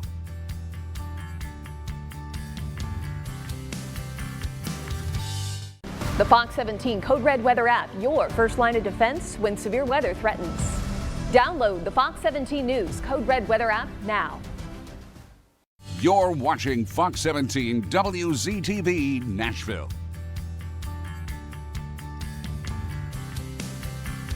You're watching Fox 17 WZTV Nashville.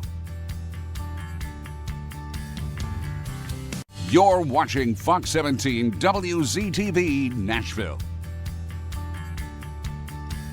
You're watching Fox 17 WZTV Nashville. You're watching Fox 17 WZTV Nashville. You're in Brentwood at 4:15 on Wednesday. Providing you the information needed to prepare and stay safe. Fox 17 News, your Code Red station. Alerts, empowers, protects. Fox 17 News, your Code Red station. We track severe weather. Using our Code Red alerts up to 3 days in advance. This low pressure system looks like it will be arriving in Brentwood at 4:15 on Wednesday. Providing you the information needed to prepare and stay safe. Fox 17 News, your Code Red station. Alerts, empowers, protects.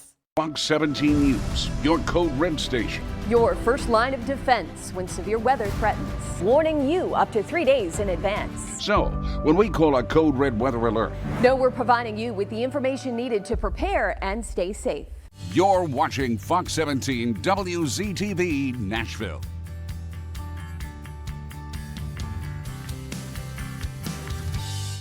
The Fox 17 Code Red Weather app, your first line of defense when severe weather threatens. Download the Fox 17 News Code Red Weather app now. You're watching Fox 17 WZTV Nashville.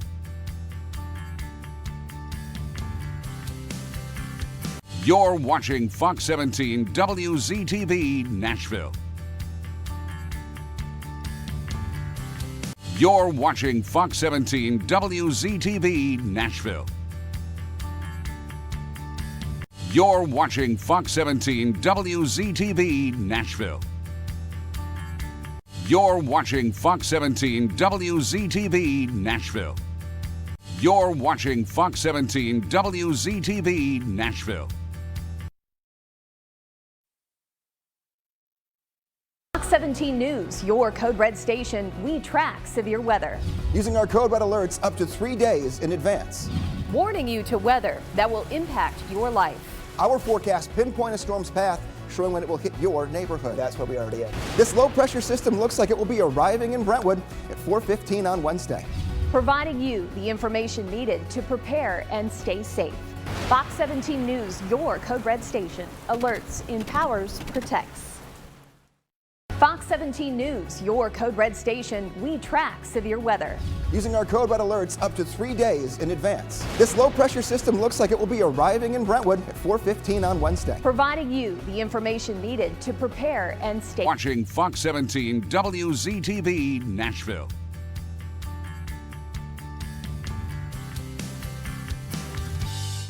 The Fox 17 Code Red Weather app, your first line of defense when severe weather threatens. Download the Fox 17 News Code Red Weather app now.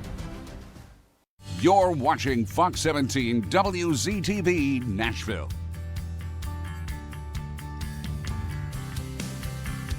You're watching Fox 17 WZTV Nashville. You're watching Fox 17 WZTV Nashville. You're watching Fox 17 WZTV Nashville. You're watching Fox 17 WZTV Nashville.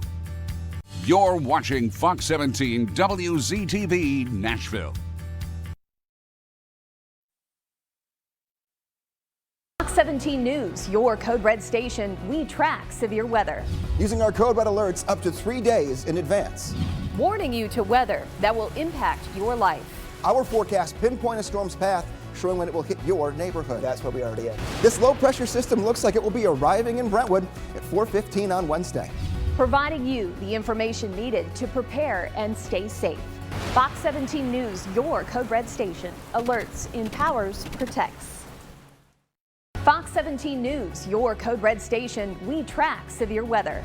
Using our Code Red alerts up to 3 days in advance. This low pressure system looks like it will be arriving in Brentwood at 4:15 on Wednesday. Providing you the information needed to prepare and stay safe. Fox 17 News, your Code Red station. Alerts, empowers, protects. Fox 17 News, your Code Red station. Your first line of defense when severe weather threatens. Warning you up to 3 days in advance. So, when we call a Code Red weather alert, know we're providing you with the information needed to prepare and stay safe. you're watching Fox 17 WZTV Nashville.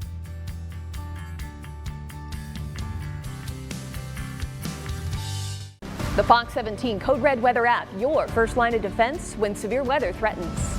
Download the Fox 17 News Code Red weather app now. You're watching Fox 17 WZTV Nashville.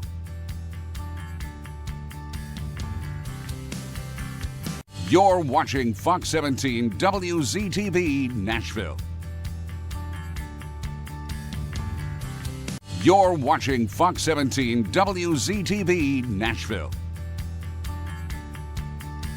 You're watching Fox 17 WZTV Nashville. You're watching Fox 17 WZTV Nashville. You're watching Fox 17 WZTV Nashville.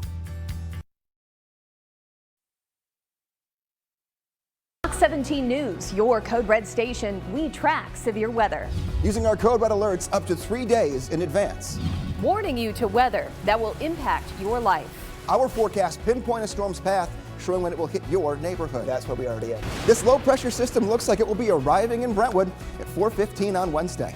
Providing you the information needed to prepare and stay safe. Fox 17 News, your Code Red station. Alerts, empowers, protects. Fox 17 News, your Code Red station. We track severe weather. Using our Code Red alerts up to 3 days in advance. This low pressure system looks like it will be arriving in Brentwood at 4:15 on Wednesday. Providing you the information needed to prepare and stay safe. Fox 17 News, your Code Red station. Alerts, empowers, protects. Fox 17 News, your Code Red station. Your first line of defense when severe weather threatens. Warning you up to 3 days in advance. So, when we call a Code Red weather alert, know we're providing you with the information needed to prepare and stay safe. you're watching Fox 17 WZTV Nashville.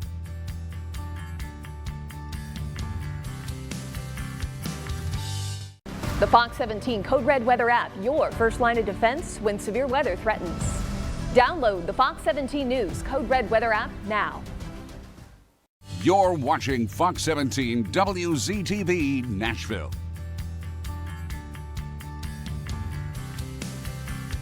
You're watching Fox 17 WZTV Nashville. You're watching Fox 17 WZTV Nashville.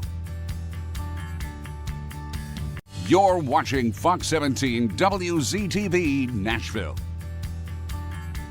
You're watching Fox 17 WZTV Nashville.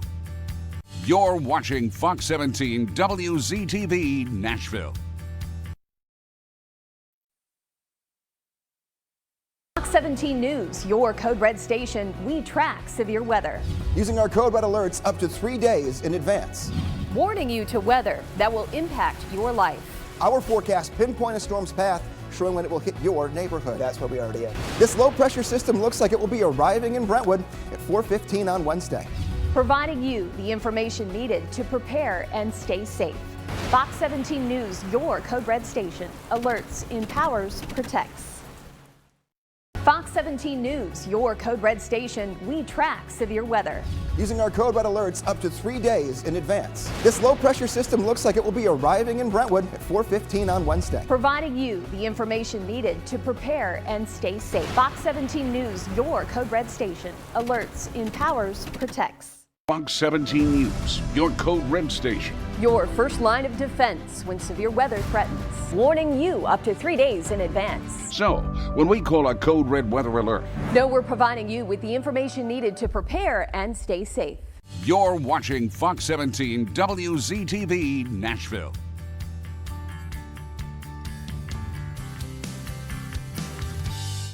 The Fox 17 Code Red Weather app, your first line of defense when severe weather threatens. Download the Fox 17 News Code Red Weather app now. You're watching Fox 17 WZTV Nashville.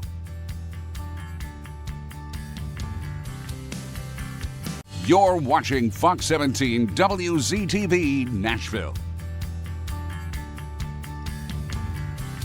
You're watching Fox 17 WZTV Nashville.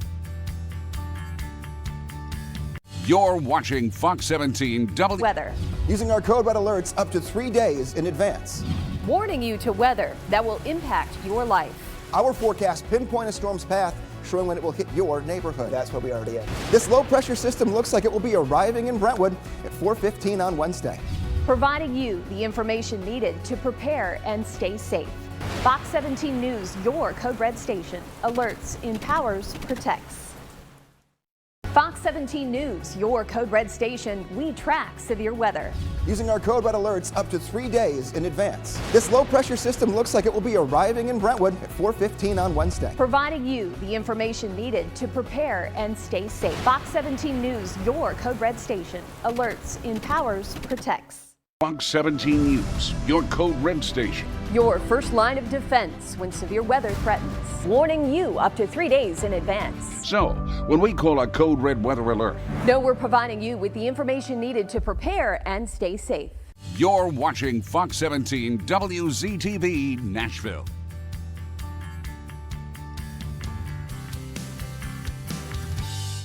The Fox 17 Code Red Weather app, your first line of defense when severe weather threatens. Download the Fox 17 News Code Red Weather app now. You're watching Fox 17 WZTV Nashville.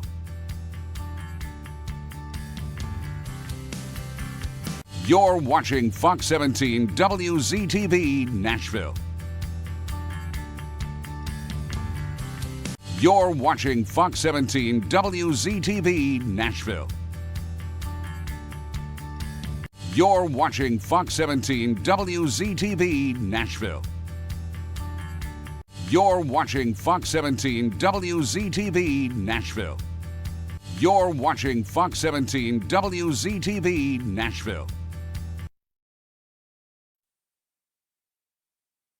Fox 17 News, your Code Red station. We track severe weather. Using our Code Red alerts up to 3 days in advance. Warning you to weather that will impact your life. Our forecast pinpoint a storm's path, showing when it will hit your neighborhood. That's where we already are. This low pressure system looks like it will be arriving in Brentwood at 4:15 on Wednesday. Providing you the information needed to prepare and stay safe. Fox 17 News, your Code Red station. Alerts, empowers, protects. Fox 17 News, your Code Red station. We track severe weather.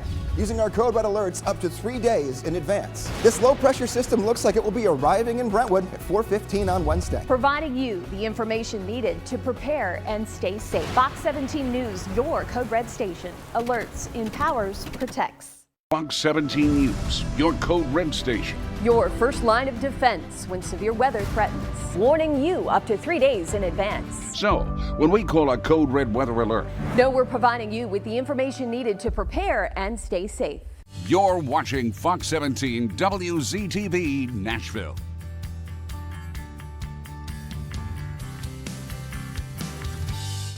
The Fox 17 Code Red Weather app, your first line of defense when severe weather threatens.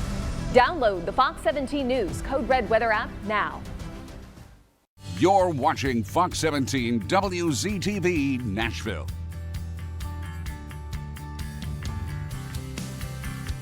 You're watching Fox 17 WZTV Nashville. You're watching Fox 17 WZTV Nashville. You're watching Fox 17 WZTV Nashville. You're watching Fox 17 WZTV Nashville. You're watching Fox 17 WZTV Nashville.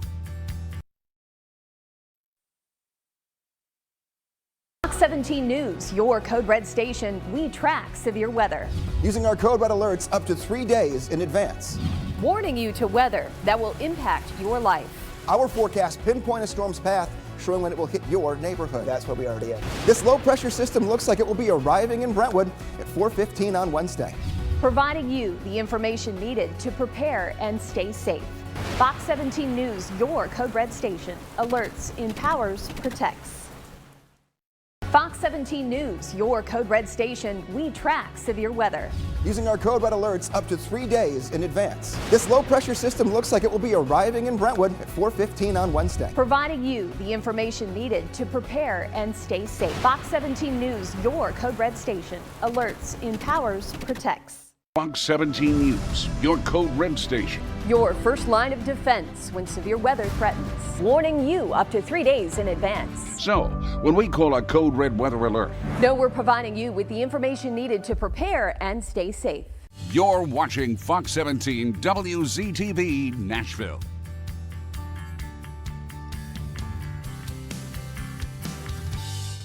The Fox 17 Code Red Weather app, your first line of defense when severe weather threatens.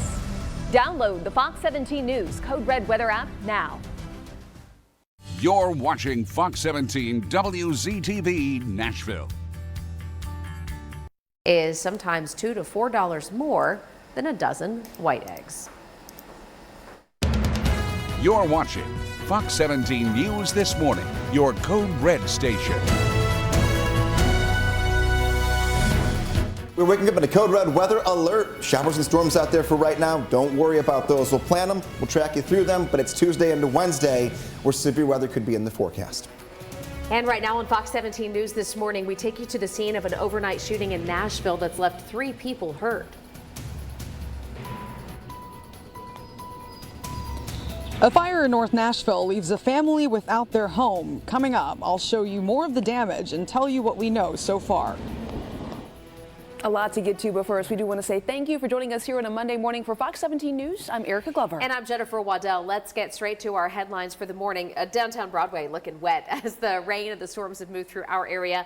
When are they going to be in your area? Well, we're going to get to that here in a moment with Greg, but first. Yeah, over the weekend, some pop-up storms really severe around Nashville, toppling over several trees. We're showing you some of the video of one tree blocking the road right near McCurry Lane in South Nashville, and then another tree fell over at McMurray, I should say, and Whitaker Drive. So much going on. I know you talked about the traffic you saw. Oh, yeah. Plus, we've had power outages, about 2,000 NES customers during some of these storms. But, Greg, what are we looking ahead to for the rest of this morning? Let's get people updated right before they head out the door. Yeah, we'll start with this morning and then we'll talk about the Code Red that's not for today. So this is just the planning, get your day going kind of a forecast. And you can see here, Nashville, left side of your screen.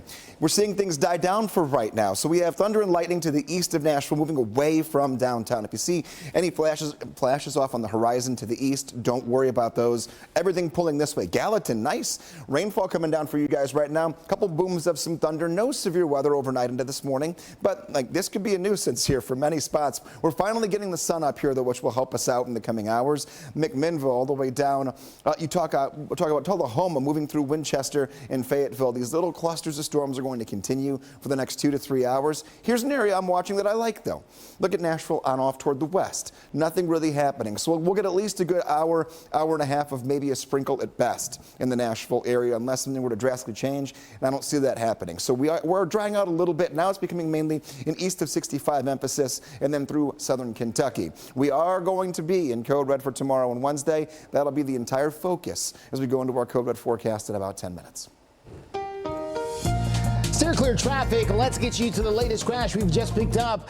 This is going to be I-65 at the Fern Avenue overpass. Take a look, if you can, at your screen. Look at this thing. Come on, T-Dot, help me out now. They zoomed down a little bit. There is a car that is sideways here up against what looks to be either the tree or the rock wall here, and the car looks like it's crushed in like a tin can. That's why authorities have gotten there, and I believe this is why T-Dot has zoomed out a little bit. They want to make sure everybody's okay. Now they're moving the camera to show some of the backup, which I guess is helpful here. That's I-40 at the Fern Avenue overpass. You can see T-Dot crews now moving closer and closer to that scene.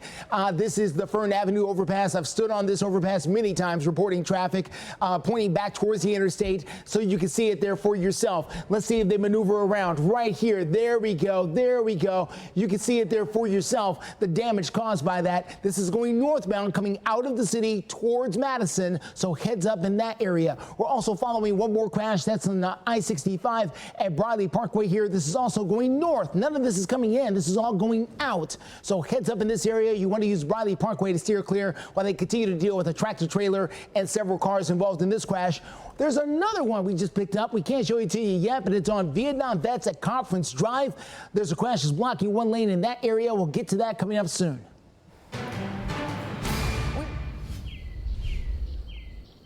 That is north of Nashville, where firefighters were at the scene earlier this morning around 4 a.m. A big house fire. Yeah, let's send it out to our reporter, Fox 17 News, Karen Aguilar. She's live there on location. Good morning. Dispatch tells me that luckily no one was hurt in this in this fire. But the family who lives in the home that caught on fire here on Berrywood Way has to deal with trying to rebuild. Take a look at the damage of their home. The roof of it is completely gone. There is heavy damage also to the right side of the home. You can see just the frame standing there charred. Insulation and parts of the structure are laying on the steps. Looks like the house next door might have been damaged as well. We are working to find out how many homes have been impacted by this fire. We're also trying to confirm how many people were inside at the time the fire started. We're working on potentially speaking with the family. As you can imagine, this is such a devastating time for them, and the cause of the fire is still under investigation. When we have more information, we'll bring you those updates. Reporting live in North Nashville, Karen Aguilar, Fox 17 News, your Code Red station. Karen, thank you. More breaking news from overnight. This is from North Nashville, where we understand, according to Metro Police, 3 people have been shot on a busy street. Yeah, it happened in the 1000 block of Buchanan Street shortly before 8 last night. Now, this area, for perspective, has several restaurants that were packed with folks who are celebrating graduation weekend. So far, police say multiple cars were also hit in all the crossfire. This morning, detectives are at the hospital trying to get some more information from the victims, who we are told are in stable condition. We're going to work to get you more updates and keep you posted live through 9. Right now, 6:05 is the time. Right now, we go to Smith County, where new this morning, all lanes of I-40 are now back open after an overnight crash closed the westbound side of the interstate. This is video from Smith County Rescue. This is right around the exit to Highway 56. They say several cars were involved around 12:15 this morning, and one of them hit a tree, causing the tree to fall across the westbound lanes. We're told minor injuries reported. Well, just ahead on Fox 17 News this Monday morning, Wilson County schools debating how to make schools. For the next story, download the free Fox 17 Code Red weather app. This Fox 17 This Morning newscast is sponsored by Zander Insurance.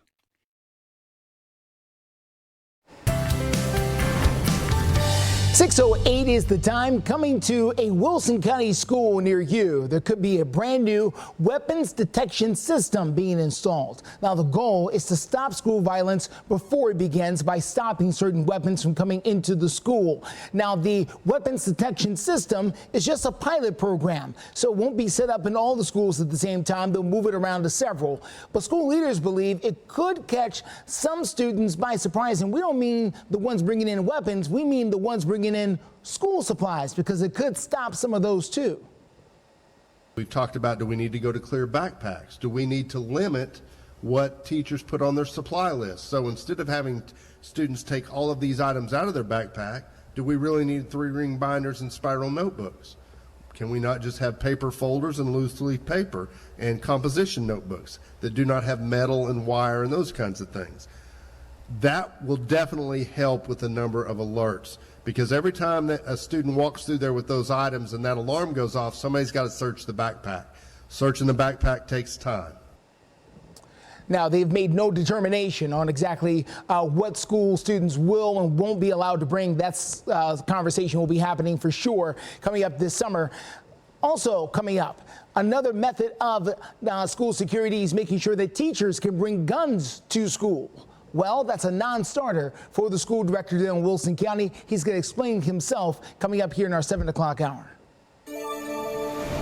Anti-war protesters faced off with police at the University of Virginia. This happened on Saturday. Police arrested at least 25 protesters.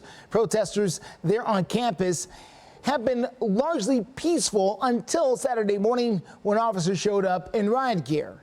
Now, a statement from the university president says that the protesters have violated several university policies when they set up their encampments on Friday. Pro-Palestinian protesters briefly interrupted at the University of Michigan's commencement ceremony on Saturday. You can see the big crowd gathered there. Protesters were removed shortly after it started, but it's unclear if anyone was arrested or detained or just removed from the ceremony. The soaked Houston, Texas area was hit with even more rain on yesterday. Now we're talking about south of the area here, south of the Houston area. That is where a 5-year-old boy died yesterday after a car he was in was traveling, got stuck in the floodwaters, and he was swept away. Hundreds of people have been rescued from flooded homes and roads over the last part of the week. Parts of the region have gotten almost 2 feet of rain. Scary situation down there. All right, steer clear traffic. We are following a crash on I-65 at the Fern Avenue overpass. They've been able to move one of those crashes over to the shoulder. We're going to give you the updates coming up here in a few. And waking up this morning to showers and storms exiting Nashville for now. We're at a code red threat level for Tuesday and Wednesday specifically. We'll break it down on your forecast. And Governor Lee has signed off on a bill that would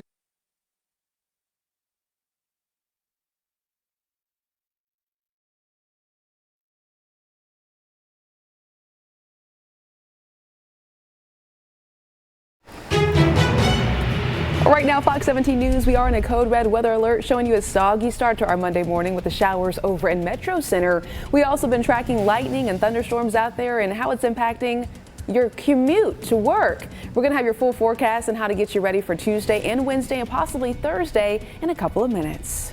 Hot topic right now here in Tennessee as Governor Bill Lee signs a bill that forces social media companies to make sure children have parental consent before they open an account. Lawmakers on both sides of the aisle, including parents who are not even politically affiliated with any of this, are questioning how this is actually going to work. How are you going to enforce this? Governor Bill Lee posted on Friday that he is proud to sign the Protecting Children from Social Media Act into law. It forces young people to get parental permission for every social media site. And all those sites and apps now have to have parental controls available. But there are some worries about whether this is going to work.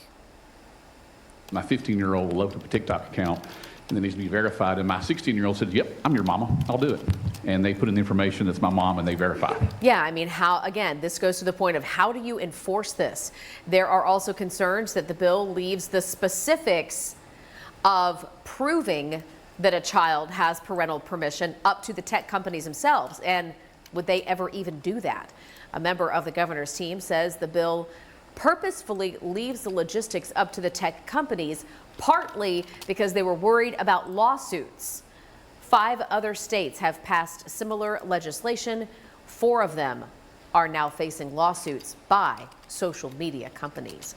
And we want to hear from you on this topic. Do you agree with the new law requiring parental consent for minors to have social media? Right now, 78% of you say yes. You can cast your vote right now over on our Fox Nashville Twitter page by scanning the QR code right there on your screen. Hey, get this. A zebra's nearly week-long time on the run in Washington, it's come to an end. The mayor was one of 4 zebras that escaped from a trailer. It happened last Sunday. The other 3 were captured within a few hours, but the 4th zebra, named Shug, remained on the loose. Officials say that Shug was finally found Friday evening. I bet Shug has quite the story. The zebra appeared to be in good condition and is now going to be taken to Montana to go ahead and meet up with the other zebras. Don't be escaping anytime soon.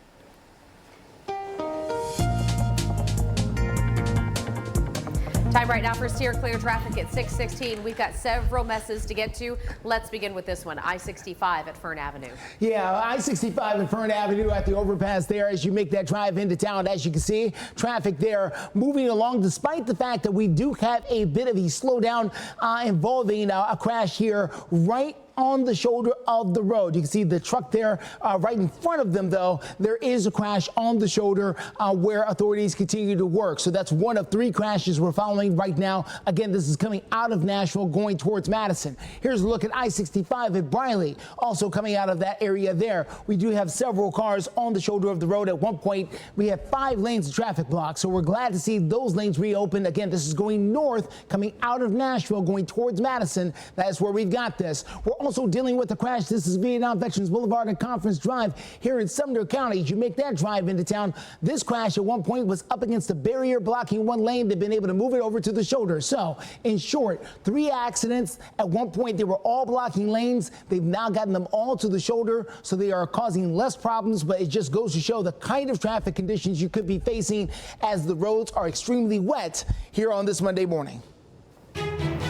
And that ties directly into an influence that's going to continue to push more and more to the east. Nashville getting a break here from the rain, but we know that a lot of that water, it came down so heavily and so quickly, has to find places to go. So the lingering effect here, even when it's not actively raining, will still be felt for a good chunk of this morning. You can see some areas where the showers are still firing off pretty decently. Lightning has calmed itself down considerably compared to about 4 hours ago, but areas like McMinnville and then Tullahoma, Manchester, and down toward Winchester all seeing the rain. And the way this is trending is Manchester, you may be in for a couple hours with the rain here because we've got this just starting here, but everything is trailing and trending to the north and to the east. So you'll get decent downpour, break, decent downpour, break for the next, at least I would say, hour before things begin to get a little bit on the calmer side. Here is Nashville toward the east and the north and east of town. Gallatin, lighter rainfall right now, moving away from you is all the thunder and the lightning. And this will continue to trend in that direction as well, up to the top right-hand side of the screen. No severe weather today, but the red lights are on. We are in code red for tomorrow and then especially on Wednesday. Possibility of damaging wind for Tuesday and for Wednesday, but that's the only threat that we face for tomorrow. Will be a few more showers and storms this afternoon through this evening. You'll see them right here on Future Track. A little bit of a break after 9 a.m. for most of us, and then going late morning into the afternoon. More showers and storms do develop, and these will also stay on the non-severe side as well. Very similar to what we've been working with this morning. Tuesday and Wednesday, our best chances to see a few more strong storms. This does not look impressive for your Tuesday, but they're little pop-ups that do fire, and those could pack a little bit of a punch. Wednesday, same story. As early as 7 a.m., we could be dealing with the possibility of some stronger storms. We'll take a look at the map when it comes to who has the bigger threat each day, and we'll work out your 7-day forecast coming up in a few minutes. Greg, thank you. Breaking news when it comes to international headlines this morning. The Israeli army instructing Palestinians to evacuate parts of Rafah over in Gaza. Now, it's the area right along the border with Egypt, and this could signal a ground invasion is on the way. It also comes after the latest round of hostage ceasefire talks in Cairo. Well, those ended Sunday with both Hamas and Israel blaming each other for rejecting key demands. So now we're getting some more details. In fact, in a statement, Hamas said a complete ceasefire is priority and blamed Prime Minister Benjamin Netanyahu for reportedly ending discussions. Israel did not send anyone to the negotiations. However, in a statement, Israel accused Hamas of not being serious about a deal. Now, meanwhile, the Israeli military is closing the main Gaza border crossing for civilian aid over reported attacks on troops there. This comes after the leader of the World Food Program went ahead and warned of, quote, a full-blown famine in parts of Gaza. More world headlines now this morning. 70 people have died, more than 750,000 impacted because of flooding in Brazil. Let's take a closer look at the video here. Brazil's president coordinating relief efforts. More than 100 people are still missing in the floods. Rivers have overflowed their banks. Experts say the water levels are expected to stay high like this for days. Back here at home, we're talking about sports. A Nashville SC player pulls off a really milestone achievement. We're going to take a closer look. Wow. And the Nashville Sounds with a solid game to finish up the homestand. We'll tell you what's next for Nashville's baseball team. And Fox 17 News, we are in a code red weather alert. We also want to say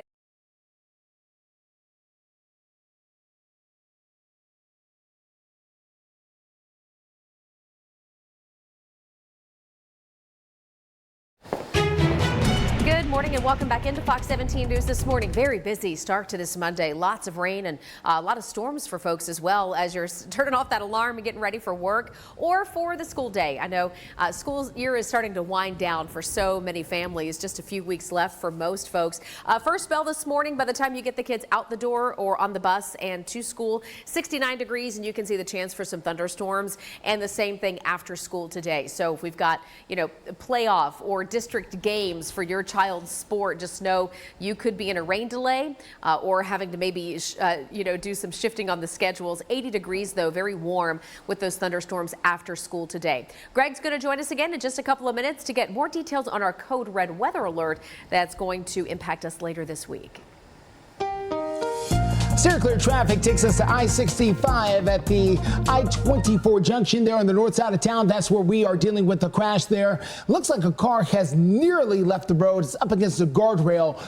Also unclear whether or not this has been here for a little while or whether or not this just happened. So we're going to continue to keep an eye on it. Haven't seen anybody up or walking around. Doesn't seem very urgent either. So we'll see what happens with that. We are watching a crash. This is going to be I-65 at the Fern Avenue going north of town, leaving downtown Nashville going towards Madison. We're dealing with the crash there. One lane shut down. You could try to take Ellington Parkway to get out of downtown if you would like. Here we were dealing with a crash that had several lanes shut down a short time ago. Looks like they've been able to completely clear that. So that is great news as you get out of downtown Nashville. Let's talk sports this morning at 6:25. Nashville SC striker Sam Surridge joining the club last summer and quickly making a name for himself, helping Nashville reach the league's cup final over the weekend. Surridge made history for the boys in gold. So let's take a look at the moment here. Nashville SC hosting FC Montreal at the Castle on Saturday night. That is when Surridge there made the goal. Look at the crowd. Listen to it erupt there. Became only the second player to record a hat trick. Of course, Honey Mukhtar became the very first. Surridge finding the back of the net in the 12th, 47th, and 82nd minute, marking his first 3-goal MLS performance of his career. Nashville goes on to win 4-1. That fourth goal by Walker Zimmerman. Good stuff there. Plus, let's talk Sounds. We're going to baseball. Back at First Horizon Park last night, taking on the Norfolk Tides. Our Sounds were. Sounds able to win the series finale 6-3. Did not win the series outright, but they did get back-to-back games Saturday and Sunday. So now we look like we've got a little bit of a road trip for the Sounds. We'll let you know how things shape up when they come back home. Well, let's go to Murray County. That is where vandalism at one high school is still being investigated. We're going to tell you why students will be back at the school later today and why.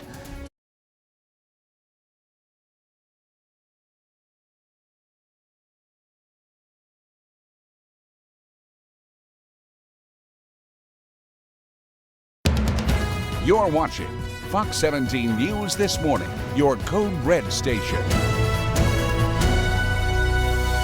Fox 17 News waking up on a code red weather alert. We had showers and storms overnight that are continuing to track through portions of Middle Tennessee. This is not why we are code red. Tuesday, Wednesday, and potentially even Thursday, breaking down severe weather threats.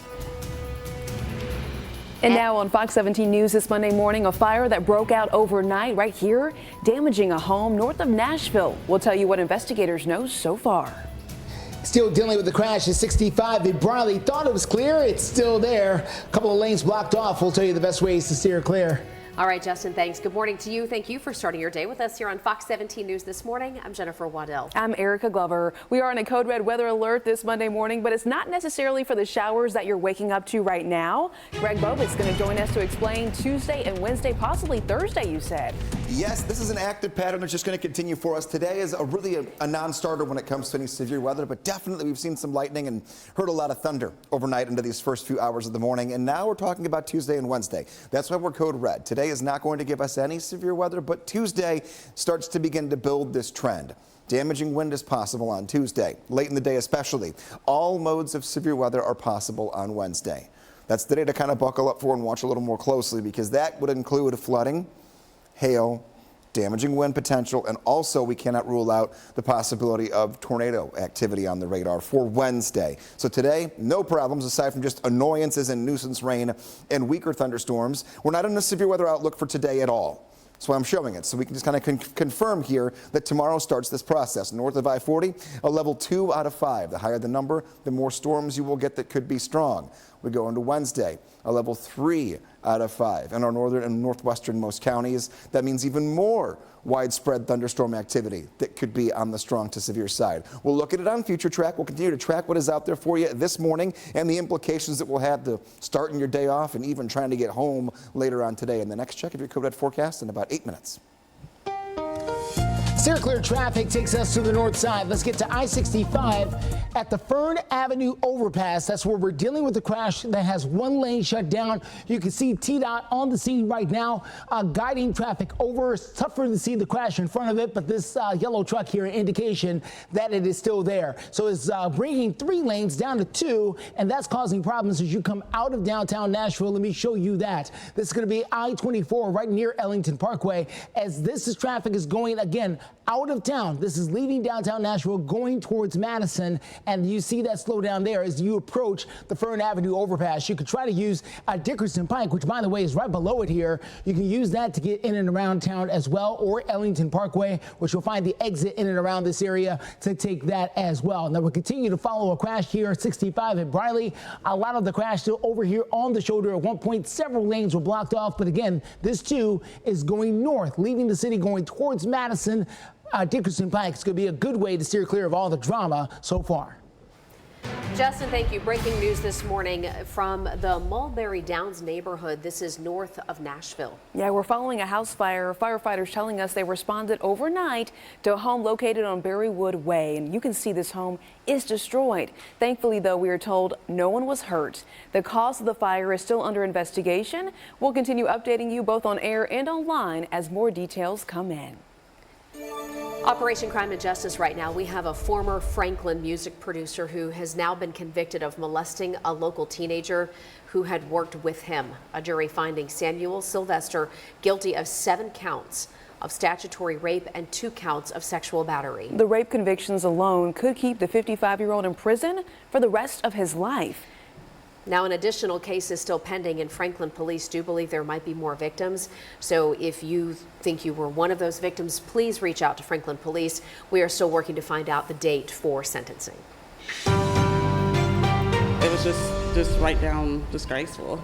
Yeah, now to crisis in the classroom. We're showing you photos and videos of damage done over at Spring Hill High School in Murray County. Classes had to go ahead and cancel on Friday. Yeah, let's see if we can take another look at the video right there that we were just showing you. These photos of the damage done inside Spring Hill High are going viral on social media.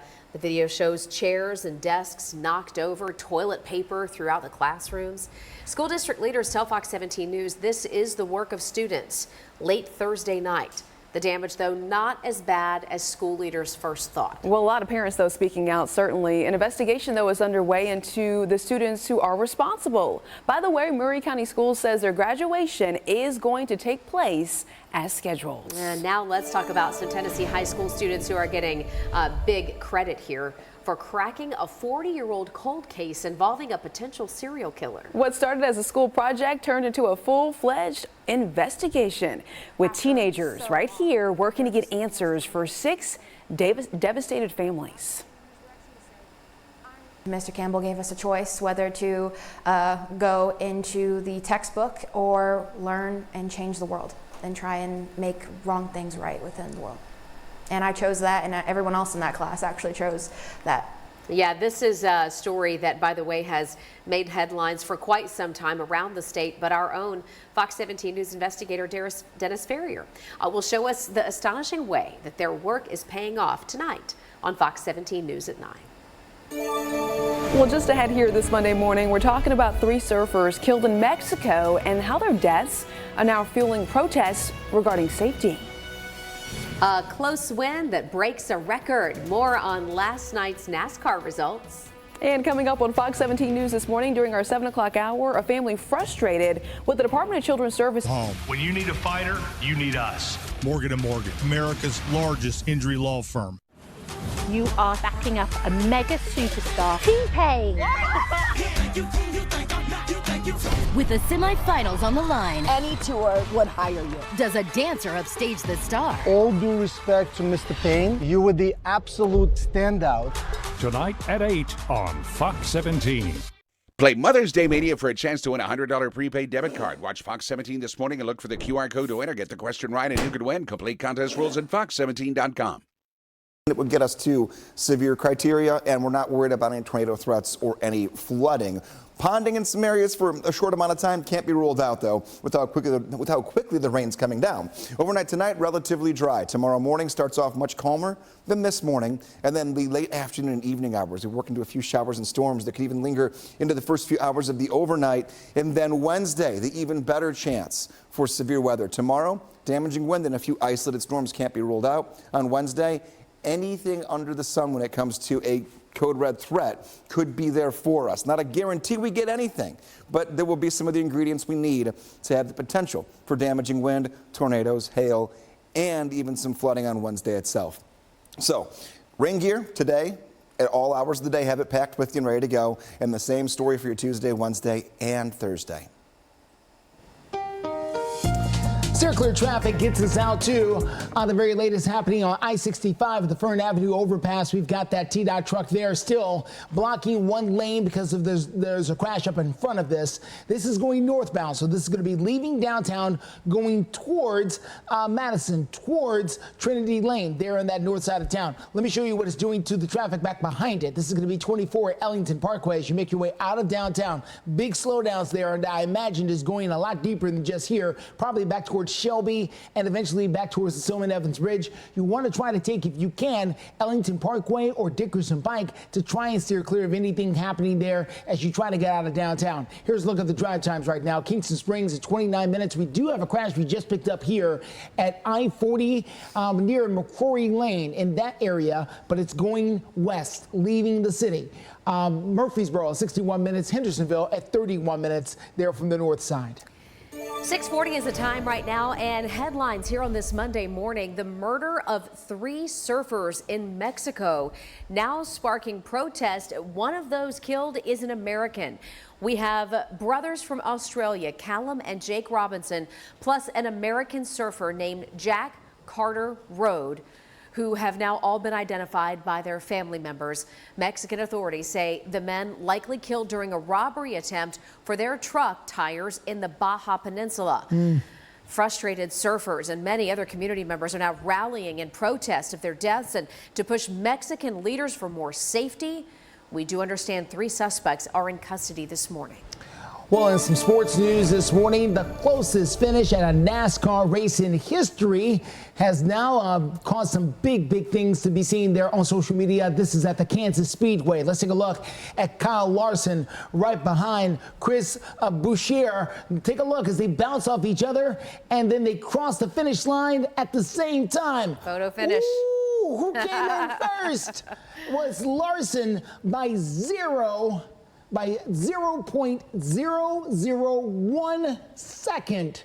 It is the closest margin of victory in NASCAR history, and I'm sure one that will be debated as time goes on. And as they say, rubbin's racing. 6:41 is the time right now. A mid-state man is getting the chance of a lifetime and heading on the first mission of a new spacecraft. We'll tell you about that in a minute. Call or visit Allstate.com to bundle today. You're in good hands with Allstate. Injured? Hire the largest injury firm in the world. Morgan & Morgan, for the people. Hey there, happy Monday. 6:44 is your time right now. We always try to give you that time reference because we know you guys are usually on a crunch and we want to make sure you are getting that heads up that you need before you get out the door. Live look from a camera mounted right on top of our station here in Metro Center. You can see cloudy, rainy, even stormy start to the morning for some of you. That's going to continue for the next few days and things are really going to ramp up as we get into Wednesday. We'll join Greg in just a couple of minutes to get your code red weather alert. Yeah, it looks nasty out there. We're covering world news as well. Israel is shutting down Al Jazeera's local news network. Israeli police were seen entering the network's broadcasting center in Jerusalem. This was Sunday. That was after Prime Minister Benjamin Netanyahu announced the decision over on social media, writing that the network is biased towards Hamas. The channel has been taken off cable and satellite platforms, also blocked online. The Foreign Press Association over in Israel described the decision as, quote, a dark day for democracy and a cause for concern for all supporters of free press. Actor Bernard Hill, best known for his roles in The Lord of the Rings and Titanic, has died at the age of 79. The actor's agent confirming that he died early yesterday. Hill is best known for his role as the doomed ship's captain in the 1997 Oscar-winning film Titanic, plus his role in the Lord of the Rings series as Theoden, King of Rohan. Hill is survived by his wife and his son.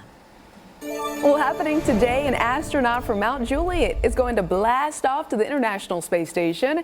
Barry Butch Wilmore, also a two-time Tennessee Tech alum. Wilmore and his crewmate are going to be the first astronauts to make the journey in a Boeing Starliner. This is so cool. The Boeing spacecraft has faced major production delays since work began, get this, back in 2014.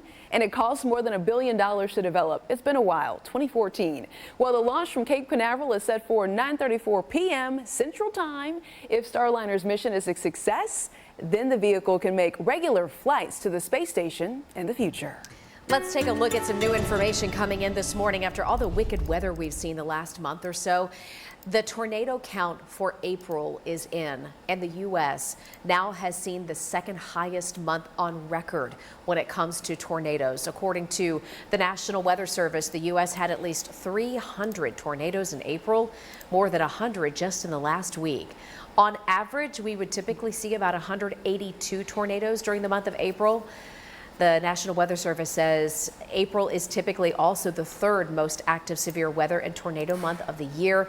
The months of May and June tend to have higher numbers. Now, as we send it over to Greg to talk about the weather, Greg, we have learned here in Middle Tennessee, which has also been nicknamed recently Dixie Alley, yes, as it comes to tornadoes, that they can happen any time of the year around here. We've gotten them in every month. I mean, and that's just in the last calendar year and a half or so. We've had one in every month somewhere across Middle Tennessee. So when they say severe weather season, that's when the bulk of them happen, but you gotta always be ready. And this is one of those weeks where we might be talking about a setup like that. Going into Wednesday specifically could be our next chance where we may have to track some rotation on the radar. Today, not the case. Doppler looking good. Everything breaking up a little bit here. Some areas that had heavier downpours we'll zoom in on are seeing a little bit of light rain on the backside of that. But now, Nashville's gotten relatively quiet over the last hour and a half. We'd like to keep it that way as long as we can for the rest of this morning drive, but we do see more showers and storms popping up for this afternoon. We're not code red for those. We're code red for what happens tomorrow late in the day and then late in the day on Wednesday. Clarksville, all the way down through Charlotte, Ashland City, Pleasant View. We're just seeing a couple of light rain showers. No thunder, no lightning with this, but boy, did you have a lightning show about 2 hours ago in the Clarksville area. Taking a look to the east, this is the storm system that you guys had that moved through. That's how quickly it's going from west to east, pulling out of Lafayette, moving its way to the north and to the east at about 30 miles an hour. So this is going to be up into southern Kentucky in a good maybe 15, 25 minutes from right now. Taking a look down to the south, we've not gotten much better with the rainfall in McMinnville, out through Manchester, and even all the way down through Winchester. Told you guys about a half hour ago if you're with us that we'd keep that rain rolling through about at least around 7 before it starts to lighten up, and that's definitely how we are trending. What does the 7-day forecast do for us? The temperature gives us an 82 later on this afternoon. Right now you are waking up in the 60s. Keep that in mind. Warm starts each day this week. Afternoons, middle 80s for Tuesday and Wednesday. The next totally dry day across the board for everyone doesn't look to be until Sunday of the upcoming cooler weekend.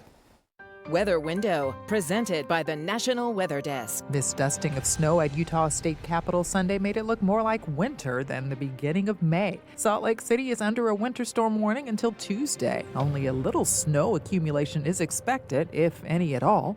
More photos of cicadas are emerging along with the bugs. And check out these mountain rhododendrons growing in the mountains between Tennessee and North Carolina. For more content like this, like the National Weather Desk on Facebook. Sarah clear traffic. Let's go to the north side of town. This is going to be I-65 at the I-24 junction. We are dealing with the crash here as you can make your way out of town. This is going to be going towards Metro Center, actually. TDOT on the scene of that truck that looks like it spun out of control, hit up against a guardrail. Unsure if anyone was hurt in that. TDOT is now on the scene investigating. They've got one lane shut down. Again, this is as you make your way towards Metro Center right here at the split. Folks here coming from downtown, folks here coming from the north side, and they come together going towards Rosa Parks. You can see that pickup truck there against a guardrail. We'll see if there's anyone in there or not and how much longer it could cause some problems coming in. This is 65 at the Fern Avenue overpass north of downtown, causing a slowdown as you make your way again out of downtown going north towards the Rivergate area. It is causing some backup into downtown here. You want to take Dickerson Pike is the best way to steer clear of the backup. And we're dealing with the crash near McCrory Lane. This is going to be Kingston Springs on I-40 as you make your way. This is going to go west. So I-40 west leaving Nashville going towards Dickson, towards Kingston Springs. That's where the crash is, but it's causing slowdowns on both sides. You want to take Highway 70 to steer clear. Justin, thank you. 6:50 right now. Health headlines. May is Mental Health Awareness Month, and experts say our furry friends, as we well know, but our furry friends can have a positive impact on our overall wellness. And we all need some positive news. Fox News' Christina Coleman has the inspiring story. The majority of pet owners feel their animals are part of their family, but they don't just provide unconditional love and companionship. There was a recent study that just came out that said 84% of American pet parents actually say that their pet really brings a positive mental health impact to their life. Our four-legged friends play a vital role in stress management. Pets will lower your blood pressure and decrease cortisol, which is a stress hormone. Now, that's really key to mitigating those long-term chronic stress issues. Veterinarian Dr. Daniel Bernal says there are other benefits as well, including helping us socialize and making sure we stay active.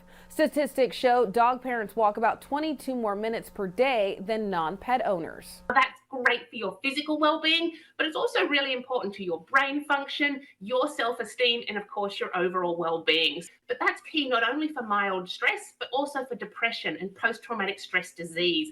All of those situations have been shown to be improved by having that pet with us. Animals can have a positive impact on people of all ages, from helping children gain confidence to keeping some senior citizens busy. And if you're already one of the 66% of American households that has a pet, you know it can be stressful. But Dr. Bernal says the benefits can outweigh the burdens. For most pet parents, they see that relationship with pet and themselves as a partnership. So it really delivers great added benefits for them overall. Dr. Bernal says you don't actually have to own a pet to reap the benefits. Spending time with a pet that belongs to someone else or even a classroom critter can help improve your mental health. Reporting in Los Angeles, Christina Coleman, Fox News. Christina, thank you. Coming up, many people think that beer tastes better colder. Okay, but there is some new research to prove it. Oh boy, news you can use. And still to come on Fox 17 News this morning in our 7 o'clock hour, a family frustrated with the Department of Children's Services after... Yeah, I'm not playing, I'm slaying. Quit messing around and focus on your job. My plate looks terrible. Tonight at 7 on Fox 17. A 40-year-old murder mystery resurrected. Fox 17 News investigates tonight at 9. News this morning, 6:55 is the time. Watching a lot of showers and storms pop in and out of Middle Tennessee and Southern Kentucky this morning. Top left is a live look on Lower Broadway.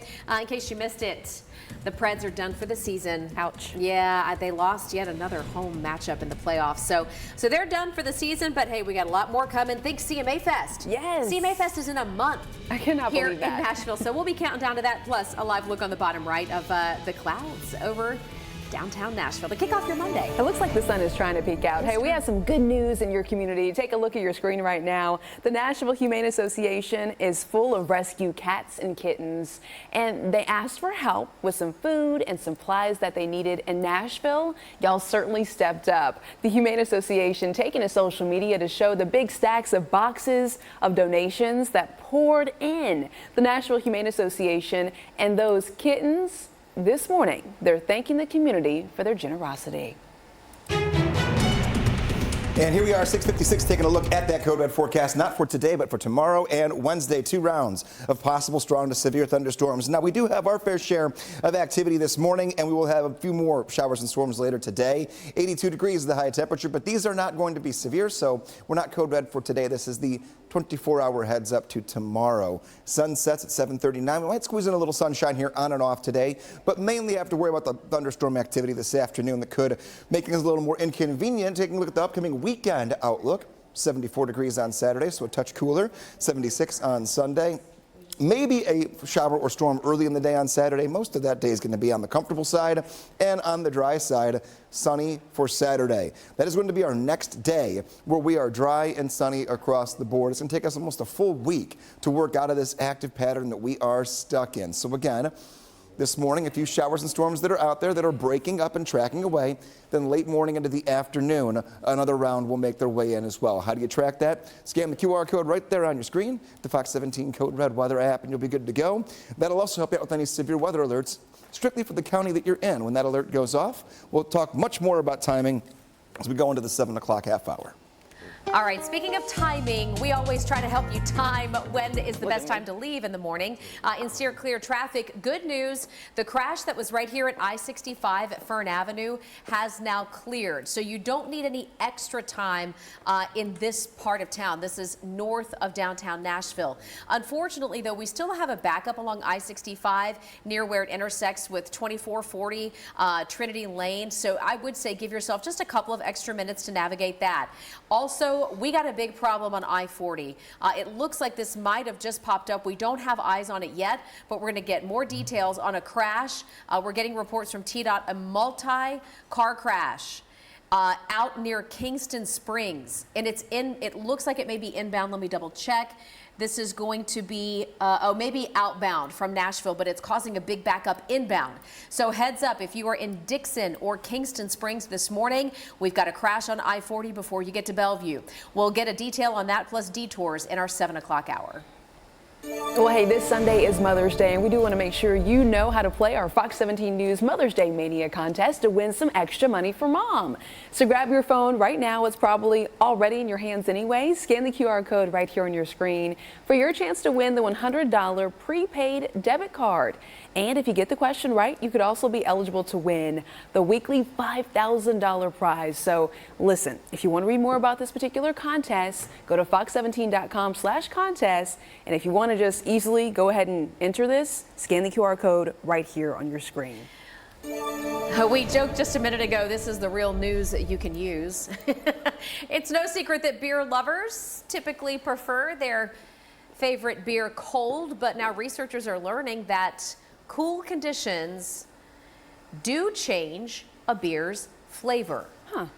Scientists took on this study, and they found that alcohol reacts differently according to temperatures, and that low temperatures bring about molecular changes that could enhance the flavor. The taste of the beer tends to fade when it's warm. This study, done in China, suggests that it is best to serve beer when it's between 40 and 50 degrees. That is very specific. It is. You know, in a lot of places around Nashville, I'm sure y'all have seen, will advertise like the coldest beer in town, right? Little markets and whatnot. Listen, we're not the experts. These other researchers apparently are. But the question is, are you going to take a little liquid thermometer with you to measure the temperature of your beer? Hold the bar to that degree. Right. Hey, stay with us. 7 o'clock hour is starting right now. You're watching Fox 17 News This Morning, your Code Red station. 7 o'clock your time. You can take a look here at 2 live looks near the Nashville area. Things have gotten a little bit better at Nashville proper, but still tracking some showers and storms this morning. And we are Code Red for middle of the week severe weather threats. Also ahead on Fox 17 News this Monday morning, this early morning house fire destroying a North Nashville home. What investigators think happened so far. And a problem spot in Thompson Station leaves folks frustrated and concerned for their safety. Fox 17 News reporter Karen Aguilar will join us live in moments to take a look at the concerns. All right, we have a lot to get to, but let's start by saying thank you for waking up with us here on a busy Monday morning on Fox 17 News. I'm Erica Glover. I'm Jennifer Waddell. We are your live local news source through 9 a.m. and we do get started right now with our Code Red weather alert. Greg's tracking it all for you. That we are, yeah. Thunder and lightning may have been woken you up overnight, especially if you're in the Clarksville area, and some rumbles tracked through Nashville as well. Now all of that has really fizzled a bit. Now we're still seeing some lightning strikes, but not nearly as impressive as it was. Nashville drying out for the time being, but we're not done for the day. There will be more showers and storms that move in late this morning into the afternoon. Not code red weather today, but we're in a code red alert for tomorrow and Wednesday. Smithville all the way down through McMinnville, pushing down toward the east side of Winchester, still seeing some decent showers and a couple of rumbles of thunder. That includes the Smithville area north toward Cookeville. And this is the last band of what we're going to see from this push we had overnight. A couple of showers that are off to the north and the west of Nashville, moving away from downtown. So Nashville maybe has a sprinkle or two here in the next hour, but that's about it. And this does not have any thunder or lightning with it, which is good news. However, there's always the residual effect. You get the rain that comes down, it comes down heavily, and then it has to find places to go. And an hour after it's done raining, then you start seeing all the giant puddles out there. That's where we're at this morning. Please be careful. Heavy rainfall has led to now some wet roads. Still raining in other spots. We're going to use caution today and then track Tuesday and Wednesday. Those are our code red days. Steer clear traffic. Want to provide an update about a couple of crashes we've been following since earlier in the morning. This is going to be I-65 at the Fern Avenue overpass. This is north of town. We were dealing with a crash here that was shutting down a couple of lanes. They've been able to clear that crash out of the way, so it is no longer causing problems. So we were having a bit of a backup into downtown Nashville. Looks like that is going to be moving out of the way now, and crashes, or rather the traffic flow, should be a lot smoother coming out of downtown Nashville. Great news. Let's take a look at the west side of town. It is not so good over there. We're still dealing with a crash here at I-40. This is going to be going westbound, so leaving town, going towards Kingston Springs, towards Dickson, out of Nashville, but still causing a problem on both sides of the road. You can take Highway 70 as the best way to steer clear of some of that stop and go near McCrory Lane. Justin, thank you. We were also following breaking news out of the Mulberry Downs neighborhood that is just north of Nashville, a very serious house fire. Yeah, firefighters tell Fox 17 News when they got there to the home on Berrywood Drive, flames were coming through the roof. And as you can see, the home is destroyed.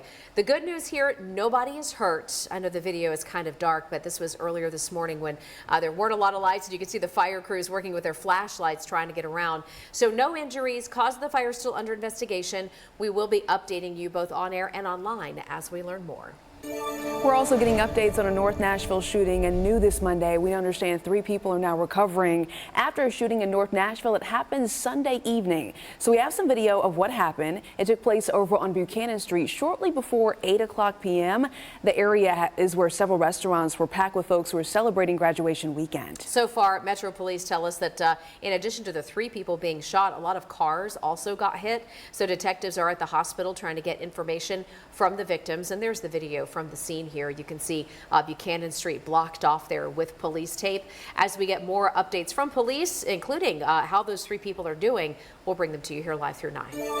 Happening now, people from Thompson Station say they're frustrated with truck accidents down Carter's Creek's Pike that are causing serious spills and bad traffic. Yeah, I mean, we've reported on a lot of them right here on our morning show. So we sent Fox 17 News reporter Karen Aguilar down to that area. She's been digging into the problem. She talked to a neighbor who says he's seen it happen in his own front yard. Karen, good morning.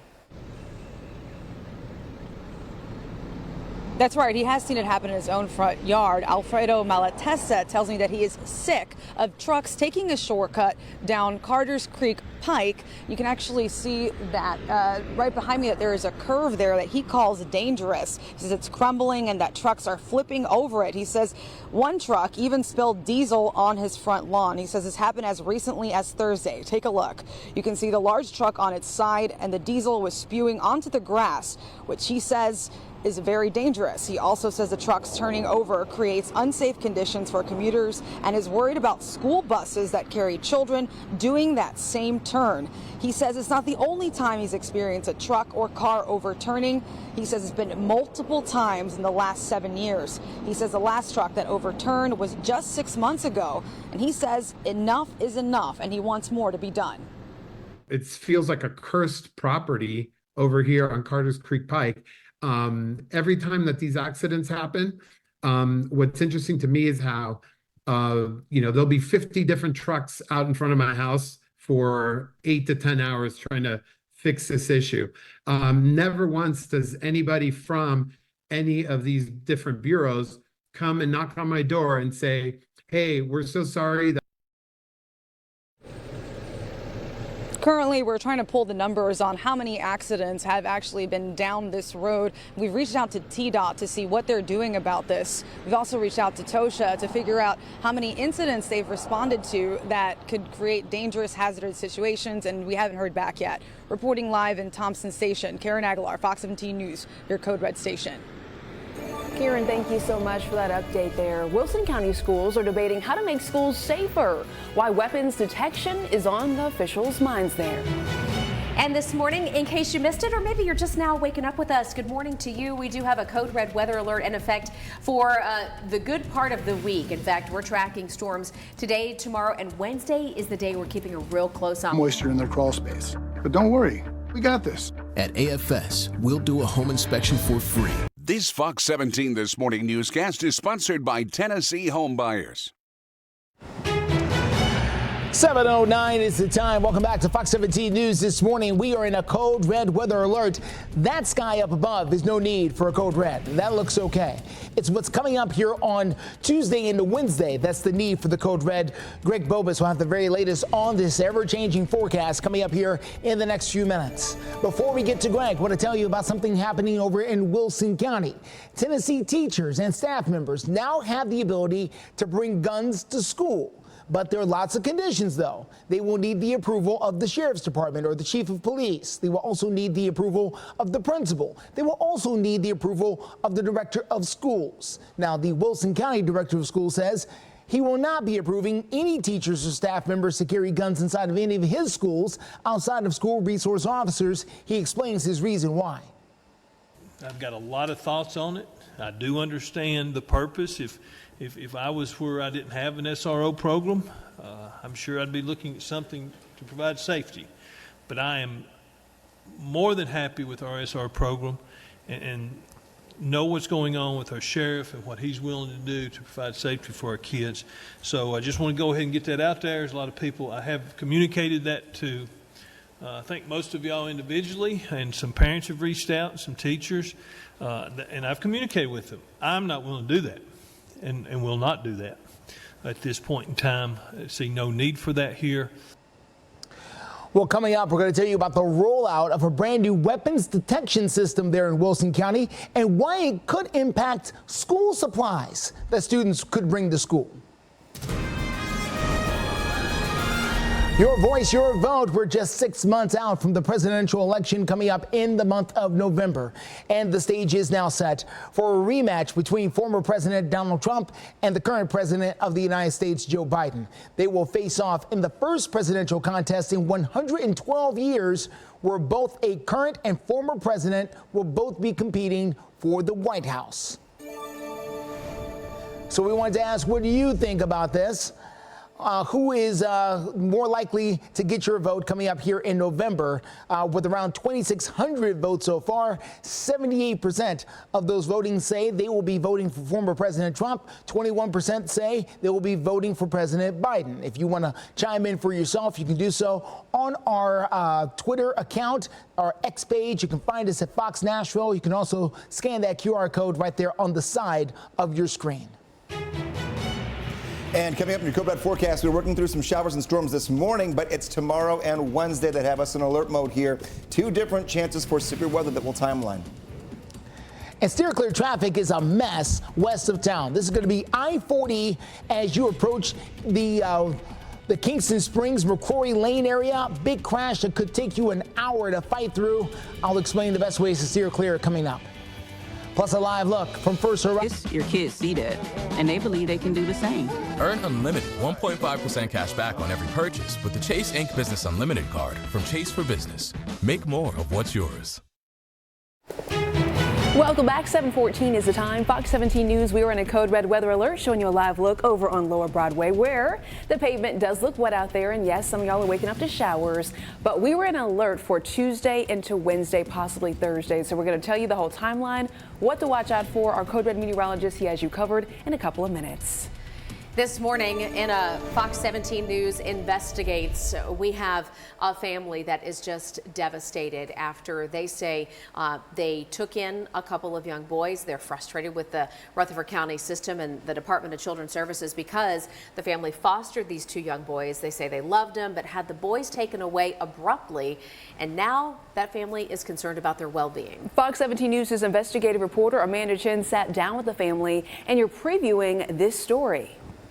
Yes, good morning, Jen and Erica. Well, this family always felt a calling to foster. Sometimes the children you foster become family, and in this case, they did.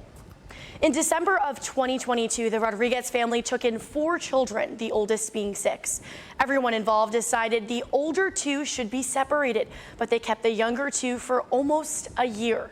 And while the family had been supportive of the biological parents, court documents provided to us from the Rodriguez family show the boys were adjudicated and neglected by their biological parents.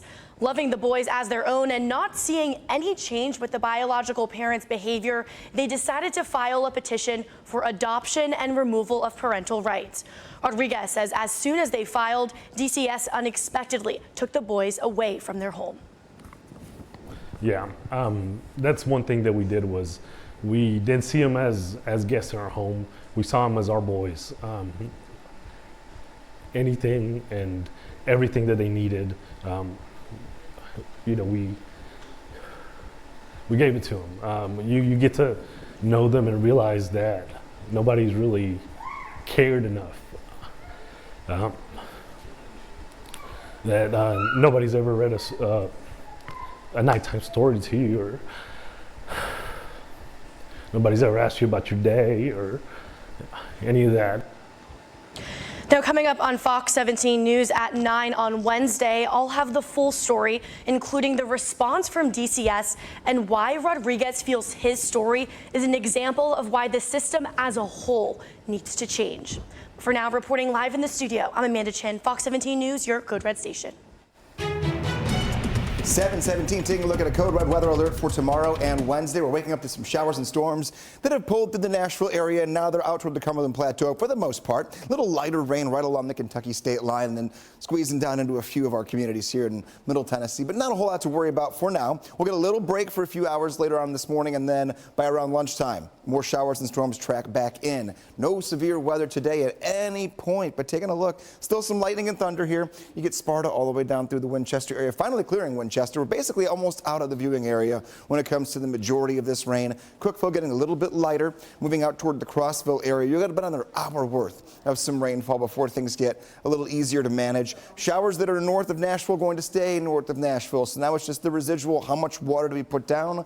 And where did it go? That could lead to some issues early on here this morning. Current temperatures mid to upper 60s for everyone, and we're on our way to the low 80s later on this afternoon. We will get a little sunshine here and there throughout the day, but for the majority of us, we're really concerned more now toward late Tuesday and then late Wednesday. Both days, the chance for some strong to severe thunderstorms. Wind being the biggest threat for Tuesday. All types of severe weather cannot be ruled out for Wednesday. Again, late in the day for both days. Here are non-severe thunderstorms and decent downpours that track through 1 p.m. and then continue to right around sunset later on this evening. They'll die down overnight. First half of your Tuesday, here's 7 a.m., starting off dry, but it is the second half where more showers and storms, and they're going to be small in nature, track through, but they could pack a punch with some wind. We'll talk much more about those threats and the geography of who has the bigger threat in the next look at your forecast. Steer clear traffic for you. Let's get you out and about to I-24 at the Lee Victory Parkway. This is out there in the Smyrna area. The traffic there moving along very slowly because of a crash that's up ahead of this, very close to Sam Ridley Parkway. We've checked out the cameras. We can't see the crash that's causing the slowdown, but we know it's there because of, well, this back behind it here. So be advised, you want to take Highway 41. That's going to be your best bet to steer clear of that. All right, let's follow other things happening out there. Let's get you over to Kingston Springs as you make that drive in. 60 minutes, 60 an hour. Getting in from Kingston Springs right now. The crash is in the westbound lanes going out towards Dickson. The inbound lanes are also being affected, though. You want to take Highway 70 to steer clear up from up there. Drive times, not great. 44 minutes coming in from Hendersonville. We'll continue to follow things. Justin, thank you very much. 7:20 right now. Let's take a look at some sports headlines. We're talking Nashville Sounds. This is our baseball team. The Sounds back at First Horizon Park last night, taking on the Norfolk Tides. Sounds able to win the series finale 6-3. They did not win the series, but they did get back-to-back games Saturday and Sunday. So looking ahead for you, the Sounds now hit the road for the next 2 weeks. They come back home May 21st. As we keep a close eye on our Code Red weather alert here in Middle Tennessee, we're also taking a look at the wild video from storms. Their insurance people, their crash experts, and their lawyers right to the scene, and none of them are there for you. But we are the minute you call. After your truck crash, call Ponce Law. Fox 17 News, we are following breaking news this Monday morning. Former President Donald Trump is returning to court today for his criminal hush money trial. We're going to show you a live look. Yes, this is over at the Trump Tower in Manhattan. They have barricades set up and a lot of security. Today does mark the third week of testimony for this trial. So far, the jury has heard from multiple witnesses, including a tabloid publisher, a former White House official, and a Los Angeles-based lawyer. Trump is facing 34 felony counts of falsifying business records. We'll continue updating this live look throughout this morning. All right, 7:24 is the time, and we have continuing coverage as Metro Police say that a toddler managed to get their hands on a gun and shot a woman who brought that weapon into the house. The woman did not survive. Wow. So let's get you the details here and video of the neighborhood where it happened around 11 o'clock yesterday. Not far from Fisk University. Police say the 25-year-old woman who had been shot was visiting the home, and somehow a 3-year-old got a hold of that woman's gun when it went off, killing her. The shooting currently being investigated as purely accidental. Wow. We are watching some of the wicked weather happening across the country. This is in Lincoln, Nebraska. An astonishing dash cam video shows what is there and then what's not there inside of a minute. This is what happens as about 100 yards right in front of this dash cam. You can see that tornado come through and just, well, let's not call it tornado. Let's call it swirling destruction. It's pretty clear what that was that came powering through right there. The building belonged to Gardner Industries, which makes precision plastics. We're told dozens of workers were inside, but they all survived that 185-mile-per-hour winds. The tornado was one of 19 that ripped through states like Nebraska, Oklahoma, and Iowa. All right, so I think 158-mile-per-hour winds. You know, Greg, what I think of initially watching that video and knowing the location and all those people inside working is, you know, we had a stark contrast in Mayfield, Kentucky. Mayfield, yeah. Remember, I think back to that candle factory Sure. in Mayfield where so many people died because they were stuck in that building when a tornado came through. And you see it's how incredible they survived in there. It truly is. I mean, that's also a part of the country, too, where they have way different ways that they build shelters in areas, too, because they're so prone to getting this kind of weather. Now, thankfully, we're not going to see anything rough today, but we are in code red for tomorrow and for Wednesday. And both of those days will bring in the chance for some damaging wind. Wednesday itself, we're getting a lot of indicators here when you're looking at all the different things and all the computer models that Wednesday, late in the day, there's a chance we could see not only some damaging wind, but also some large-size hail, some flooding, and a tornado potential is going to be out there for us. That's Wednesday. Tuesday, just a wind threat, and today, no threat at all, but there will be a few more showers and a few more weak storms later today. So this is why I'm showing you this map. We have no category risk for severe weather today. Tomorrow, south of I-40, a category 1, the lowest on the scale. I mean, there could be 1 or 2 strong to severe storms. Category 2, I-40 on north. Yeah, a couple of stronger storms can't be ruled out. And then on Wednesday, we continue to elevate everything to where, not talking necessarily widespread, but multiple strong to severe thunderstorms with all types of severe weather possible are going to be here late in the day on Wednesday. And those are 2 days we have to watch. Again, late in the day each day. Back to today. Late morning into early afternoon. A few isolated showers and weak storms, once again, very similar to what tracked through overnight. We'll round out our afternoon and take us into the evening. Many dry hours, but have the rain gear handy for the rest of this week. Steer clear traffic for you this morning. Let's get you to I-24 at Lee Victory Parkway. This is coming out of the Smyrna area, trying to get you into town. A bit of a slowdown there because of a crash happening over at Sam Ridley Parkway up in front of this. The best way to steer clear using Highway 41. We continue to follow big slowdowns west of town. This has actually gotten bigger. This is Kingston Springs to downtown at 40, just about an hour here. Let me zoom out. No, we don't always do this on camera here, but I just want to show you how big this backup is. This is going to go back several miles. We're told the crash is in the westbound lanes, but boy, is it causing slowdowns in the eastbound lanes as well. You want to take Highway 70 as the best way to steer clear. 7:28 right now, a new law that could change the way families use social media. We'll dive into that new law right here in Tennessee. Some people in Thompson Station say they are frustrated off or get low monthly payments with no interest for 84 months. Only at Ashley. Critical cancer drug shortages. Tonight on Fox 17 News at 9.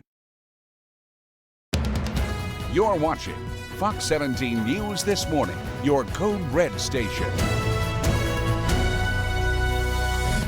Waking up here, and we were on a Code Red weather alert. We had showers and storms overnight tracking through the Nashville area. We're not done for today, but the Code Red weather will move in tomorrow and Wednesday. We'll track it in the forecast. And a problem spot in Thompson Station, leaving folks feeling frustrated and concerned for their safety. Our Fox 17 News reporter Karen Aguilar sharing their stories. Steer clear traffic takes us out to I-65 at Old Hickory Boulevard. A bit of a crash there in the median. We're going to tell you the best ways to steer clear of this, plus a big problem coming in from the west side. All right. Thank you so much for joining us here Monday morning for Fox 17 News. I'm Erica Glover. And I'm Jennifer Waddell. We're glad to be your live local news source through 9 a.m. We've been following the weather for you all morning. I know those thunderstorms might have had you up in the middle of the night, or at least the dogs or the babies up in the middle of the night. And unfortunately, we have more of that on tap for this week. So let's get the timing of it and the latest updates right now from Greg. Let's take a look at where we're at and where we're going. This is just the up and out the door version, and then we'll give you the extended Tuesday, Wednesday severe thoughts. But here we are. This is slowly moving now. It has definitely lost a little bit of steam when it comes to how quickly it's been moving across the map, and also when it comes to thunder and lightning. We're still seeing our best returns of lightning right near the Alabama state line, but all this is pulling away from the viewing area. So we're almost done with this initial batch that started overnight all along the Tennessee River well to our west, and then tracked gradually hour by hour all the way out toward the plateau. We're now sitting over Crossville, exiting Cookeville, exiting Sparta. One place where we had a great lightning show overnight was Clarksville. Now you don't have any lightning at all. You just have some decent, steady rainfall. Nothing too heavy there. In Nashville, not really seeing much more than a sprinkle in the last hour. 7-day forecast paints the picture, and then we'll really go in between the lines of your Tuesday and Wednesday. Today, there will be a few more scattered showers and storms, really popping up late morning and then lasting on and off throughout the afternoon and evening. And then tomorrow, late in the day. Wednesday, late in the day. 2 different rounds of storms, and they both come with different variables for what you can expect. That's our focus in about 10 minutes.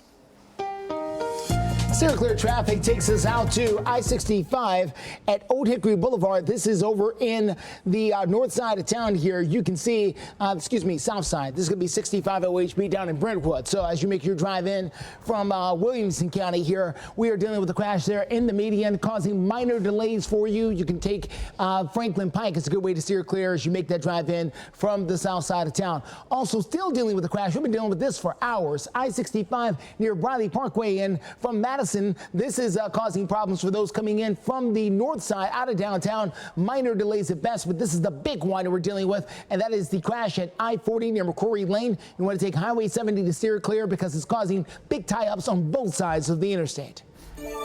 Justin, thank you very much. 7:33 is your time right now, and happening now, we've got people from Thompson Station who are sounding the alarm, saying they were frustrated and they are upset with truck crashes along Carter Creek's Pike that are causing dangerous spills and safety concerns for their homes. Right now, Fox 17 News' Karen Aguilar is joining us live from the area after speaking with one neighbor, Karen, who says he has seen this happen in his very own front yard.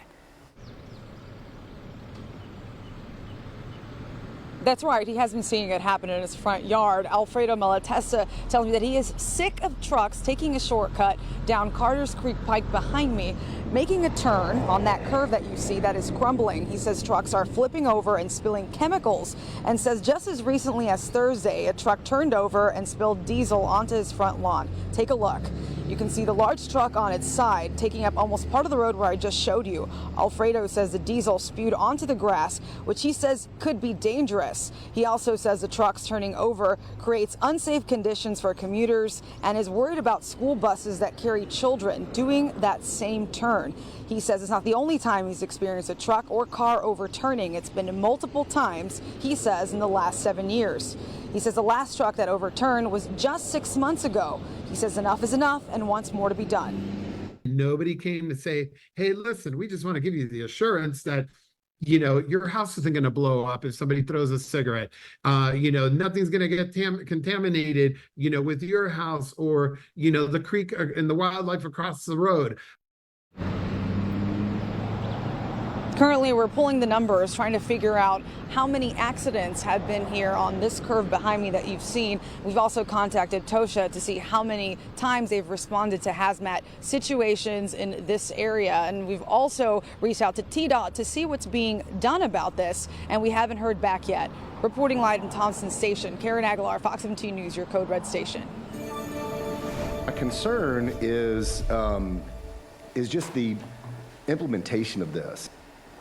Tennessee Governor Bill Lee signing off on a bill making it law, forcing social media companies to make sure that children have parental consent before they open an account. Now, the million-dollar question here for most people is, how in the world is this going to be enforced? I mean, it's a valid question, and now lawmakers on both sides of the aisle have supported this bill. But like we said, there are questions as to how it's really going to work, especially with crafty teenagers. I mean, listen, they find ways around stuff like this. Here is our Fox 17 News investigator, Kelly Avellino.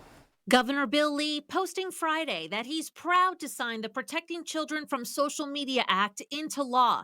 That bill forcing minors to get parental permission for every social media site they're using.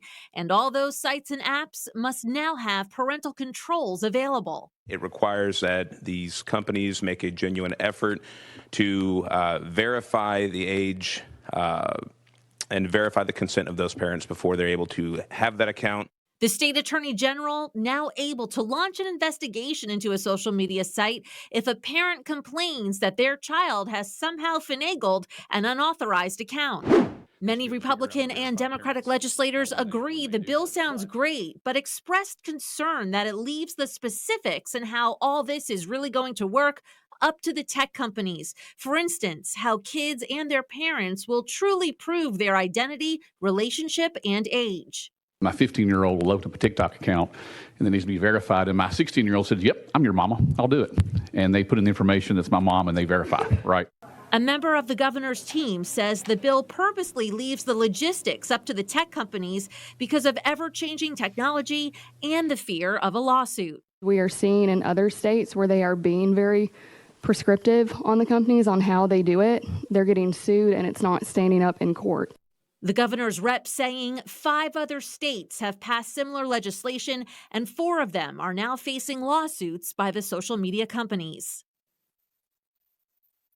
That was Kelly Avellino with our report at 7:37 right now. Morgan Wallen just sold out 3 concerts for 3 nights in Nashville, but he still has charges lingering over his head. What his attorney has to say about the reported chair throwing incident in minutes. And another hot day on tap. We're going to reach 82 degrees in certain parts of Lottery, celebrating 20 years of game-changing, life-changing fun. This Fox 17 newscast is sponsored by the Higgins Firm. 741. New this morning, we are now hearing from Morgan Wallen's lawyer. This is after the singer is accused of throwing a chair from the rooftop bar of a bar there in downtown Nashville. Yeah, Chiefs Bar, the one that's Yeah. owned by Eric Church. Eric Church being the same guy Morgan Wallen has collabed with on like #1 hits. So How about that? these guys are in it together. Police say this whole thing happened April 7th at Chiefs Bar on Lower Broadway. Morgan Wallen accused of throwing a chair from the 6-story rooftop, nearly hitting people on the street. There were some officers nearby. Didn't hit anybody, no injuries reported. He was supposed to show up in court Friday, but as we first told you Friday, he didn't show up. His lawyer did make an appearance though, and says Morgan Wallen is taking responsibility for what happened. That he wanted to check in with several people, including the Metro Police Department, also with the people at Chiefs, and so he has done what I think we would expect any good person to do when there's something such as this happens. And I think he's, you know, the way he was raised and the way he was grew up, I think that those parts of him feel compelled to have conversations before you apologize to people as a whole. So he has taken some steps to try to make sure people know he's taking responsibility for what happened. Well, Wallen just wrapped up playing 3 nights at Nissan Stadium. His next court appearance is set for August the 15th. 742, checking on a couple of showers here that are on the radar for us. We're in code red for possible severe weather Tuesday and possible severe weather Wednesday, not Monday, not today. Taking a look at a few showers that are still over the Cumberland Plateau. And with that comes again a couple of rumbles of thunder that we've had overnight into early on this morning. Almost all the rain has made its way out of the viewing area when it comes to thunderstorm activity. So that's good. We're not done for the day though. Still lighter showers that will continue here for the next 2 hours or so. And then another band going to track in throughout late afternoon, or I should say late morning into the afternoon. Right now we're dry in Nashville, but we had a good decent downpour that lasted about an hour. But right around sunrise. We'll keep tracking what's out there for you and look ahead to future track in a few. Steer clear traffic at 743. Quick look here at I-65 at OHB. This is down in Brentwood. Crews down there continuing to take care of a crash on the shoulder of the road. You can take Franklin Pike is the best way to steer clear. At 7:43 right now, for the first time this morning, we will hear from the family of a man who was killed after a fight with a Nashville bouncer. The surveillance video and reaction from Trade in an eligible vehicle. We are professional grade GMC. There are so many jackpots at Oak Grove Gaming, it's winsational. Well, new this Monday morning, all lanes of I-40 over in Smith County are back open after this overnight crash closed down the westbound side of the interstate. Now, this video right here that we're showing you is from Smith County rescue crews. It is just after the exit to Highway 56. They're telling us that several cars were involved in a crash around 12:15 this morning, and one of those cars hit a tree, ultimately causing the tree to go ahead and fall across the westbound lanes. Now, thankfully, we're told only minor injuries were reported. My heart was going a million miles an hour before the video played. Continuing coverage this morning, the family of a 26-year-old who died after a fight with a Music Row bouncer now speaking out after seeing the surveillance video of that whole altercation for the first time. And our reporter, Fox 17 News' Peyton Muse, is in the studio after hearing with the family. Peyton, what can you share with us? Well, Erica and Jen, the surveillance video is from VitaFlow. It's a business that's right next to the bar, and the fight started at Tin Roof's front door and carried a few feet. It's the last seconds before Austin Turner is unconscious on the ground. The video from court shows Turner getting punched while he was getting escorted out of the bar by bouncer Richard Cornelius. Knowing that at that moment, we were not ever going to talk to him again. We never got to verbally speak with him again. He never opened his eyes again for us after that moment.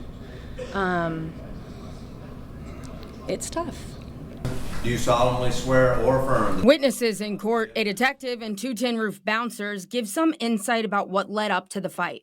Eyewitnesses claim security escorted Turner out of the bar. He went back inside, so the security worked to remove him a second time. Mr. Turner grabs Mr. Cornelius, trying to get him out of his way, like you're not going to keep him getting in here.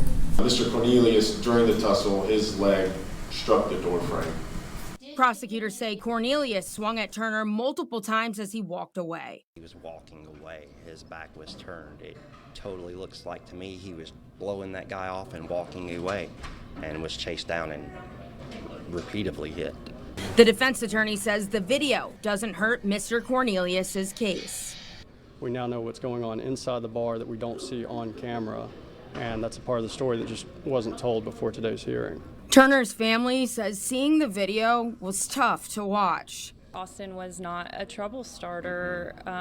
There were some things that we heard today that aren't really in line with what we know of his character. of Austin's character. More of that's going to come out as we move up through this trial. This case is headed to a grand jury to decide what's next. Now, Metro Police Department, they tell us that Tin Roof does not have cameras, and that would have captured what happened inside. So this video from VitaFlow is all we have to go on. In studio, Peyton Muse, Fox 17 News, your Code Red station. Peyton, thank you very much. 7:49 is your time right now, and Boeing is set to send its first astronaut crew to space after years of delays and a lot of controversy. And we have a Middle Tennessee man who will be on board as the Starliner launches tonight. This is so cool. They're going to be carrying 2 astronauts to the International Space Station. One of those astronauts, as you mentioned, is a Mount Juliet native and a Tennessee Tech alumni. Butch Wilmore is his name. The long-awaited mission is scheduled to take off from the Cape Canaveral Space Force Station at 9:34 p.m. Central Time.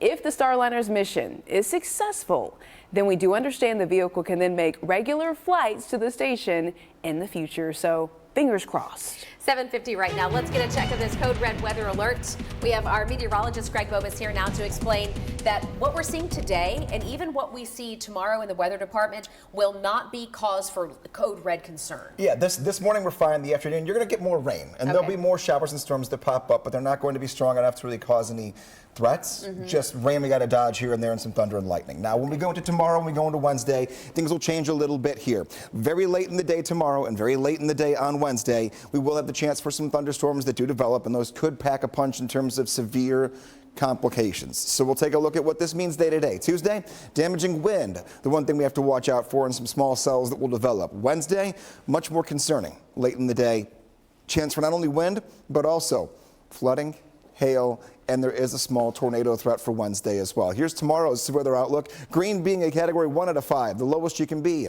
Yellow being a category 2 out of 5. The hotter the number, or the hotter the color, and the higher the number, the more strong to severe storms we could see. This is going to be on Wednesday. You can see all of us in the category 2, and even a few of us, again, late in the day on Wednesday, category 3, meaning that there could be numerous thunderstorms that get strong to potentially severe. Today, just a few more showers that will linger this morning, and then there you go, flyer into a few more showers and storms for early into mid-afternoon. Those will die down after sunset. Those will not be severe storms. Steer clear traffic takes us to the north side. This is going to be I-65 at Bradley Parkway as you make that drive in from Madison this morning. Keep in mind, things are a bit slow because of a crash that's happening there on the shoulder of the road. It's been with us for a few hours now. Minor problems at best. You can take Dickerson Pike to steer clear. The biggest issue we've got going on is the one happening on I-40 here, very close to McCrory Lane. The crash is going on the westbound side, but it's affecting traffic all over here. 70 minutes on the drive so far. Highway 70, the best way to steer clear, but it too is running a bit slow. Justin, thank you. We're looking ahead here on Fox 17 News, letting you know that Tennessee high school students are getting the credit for cracking a 40-year-old cold case involving a potential serial killer. Now, what started as a school project turned into a full-fledged ongoing investigation with these teenagers working to get answers for 6 devastated families. Mr. Campbell gave us a choice whether to go into the textbook or learn and change the world and try and make wrong things right within the world. And I chose that, and everyone else in that class actually chose that. Yeah, Fox 17 News' Dennis Ferrier showing us the astonishing way their work is paying off. That story tonight on Fox 17 News at 9. This morning, we go to Murray County, where school will be back in session at Spring Hill High School. But it comes after all this, the vandalism that happened last week. We're getting a closer look and an explanation from investigators. And earlier this morning, we needed our umbrellas. In vinyl and glass, deeply rooted, ever evolving. Always Asheville. Plan your trip now at exploreasheville.com. Welcome back to Fox 17 News this morning. Just a few minutes before 8 o'clock right now. Let's go to crisis in the classroom. Spring Hill High School in Murray County is back open today, but you may remember they had to shut down Friday because of vandalism that happened Thursday night. Yeah, so we're showing you some photos right here on your screen of the damage done inside the school. This video shows chairs and desks knocked over. Yeah, toilet paper over the classrooms, and then students in the garbage cans in the hallways. Yeah, and you know what, Erica, looking closer at those pictures, it looked like they were joyriding and wheeling each other around in the trash cans through the hallways. You could tell they were probably captured by a camera somewhere. Leaders telling Fox 17 News the damage, as we mentioned, done late Thursday night, not quite as bad as they initially thought, but still, I mean, you saw the pictures for yourself there. So an investigation currently underway into finding all the students responsible, because mind you, they had to shut down school because of it. Yeah. Graduation still going to happen as planned. A senior prank gone wrong. Hey, the Nashville Zoo, they have formally introduced the newest member of the zoo. The family is being called, the name I should say is Rosa. Wowza, Rosa. Rosa? Rosa. You want to say Rosa? Okay, sure. R-O-Z-A? Listen, the That's name a of this guess. animal is also going to get you. Okay, so this is a melanistic Amur leopard. Ooh. This is the most critically endangered of her kind and one of the most threatened cat species in the world. I mean, gorgeous, looking like a panther, right? Oh my goodness. The zoo says that Rosa is living behind the scenes right now at the zoo. She'll be one of 3 Amur leopards that will be able to be seen once the leopard forest at the zoo opens later this year. Okay, so maybe you're going to be heading out to the zoo today. Is the weather going to cooperate today for that? Also, Code Red weather alert. Yeah, weather alert for Tuesday and Wednesday, and there's a chance for a shower or storm later on this afternoon. But as far as cooperating to go to the zoo or anything prolonged outside, I would not make today one of those days where you're banking on having a lot of dry hours that are consecutive here this afternoon toward the evening. You'd always get the Fox 17 Code Red weather app. I want you to have this before the rough weather gets here tomorrow and potentially on Wednesday as well. You get severe weather alerts only for the county that you're living in when that phone goes off, or with the county that you might be driving through. It's location specific. You can also go to the App Store and the Google Play Store and always have multiple ways to get alerts, not just the Code Red weather app. If you've got a weather radio, make sure the batteries are good to go, and then it's turned on over the next couple of days. Stay weather aware. There will be some changes to the forecast when it comes to Wednesday, specifically when it comes to timeline of storms and severity of them. We already have a few new indicators we're picking up on this morning. In just the last 2 to 3 hours, I'll share those thoughts with you as we go into our 8 o'clock half hour. Steer clear traffic dealing with a crash here at I-65 at Old Hickory Boulevard. This is coming in from the Brentwood area. The fire department on the scene.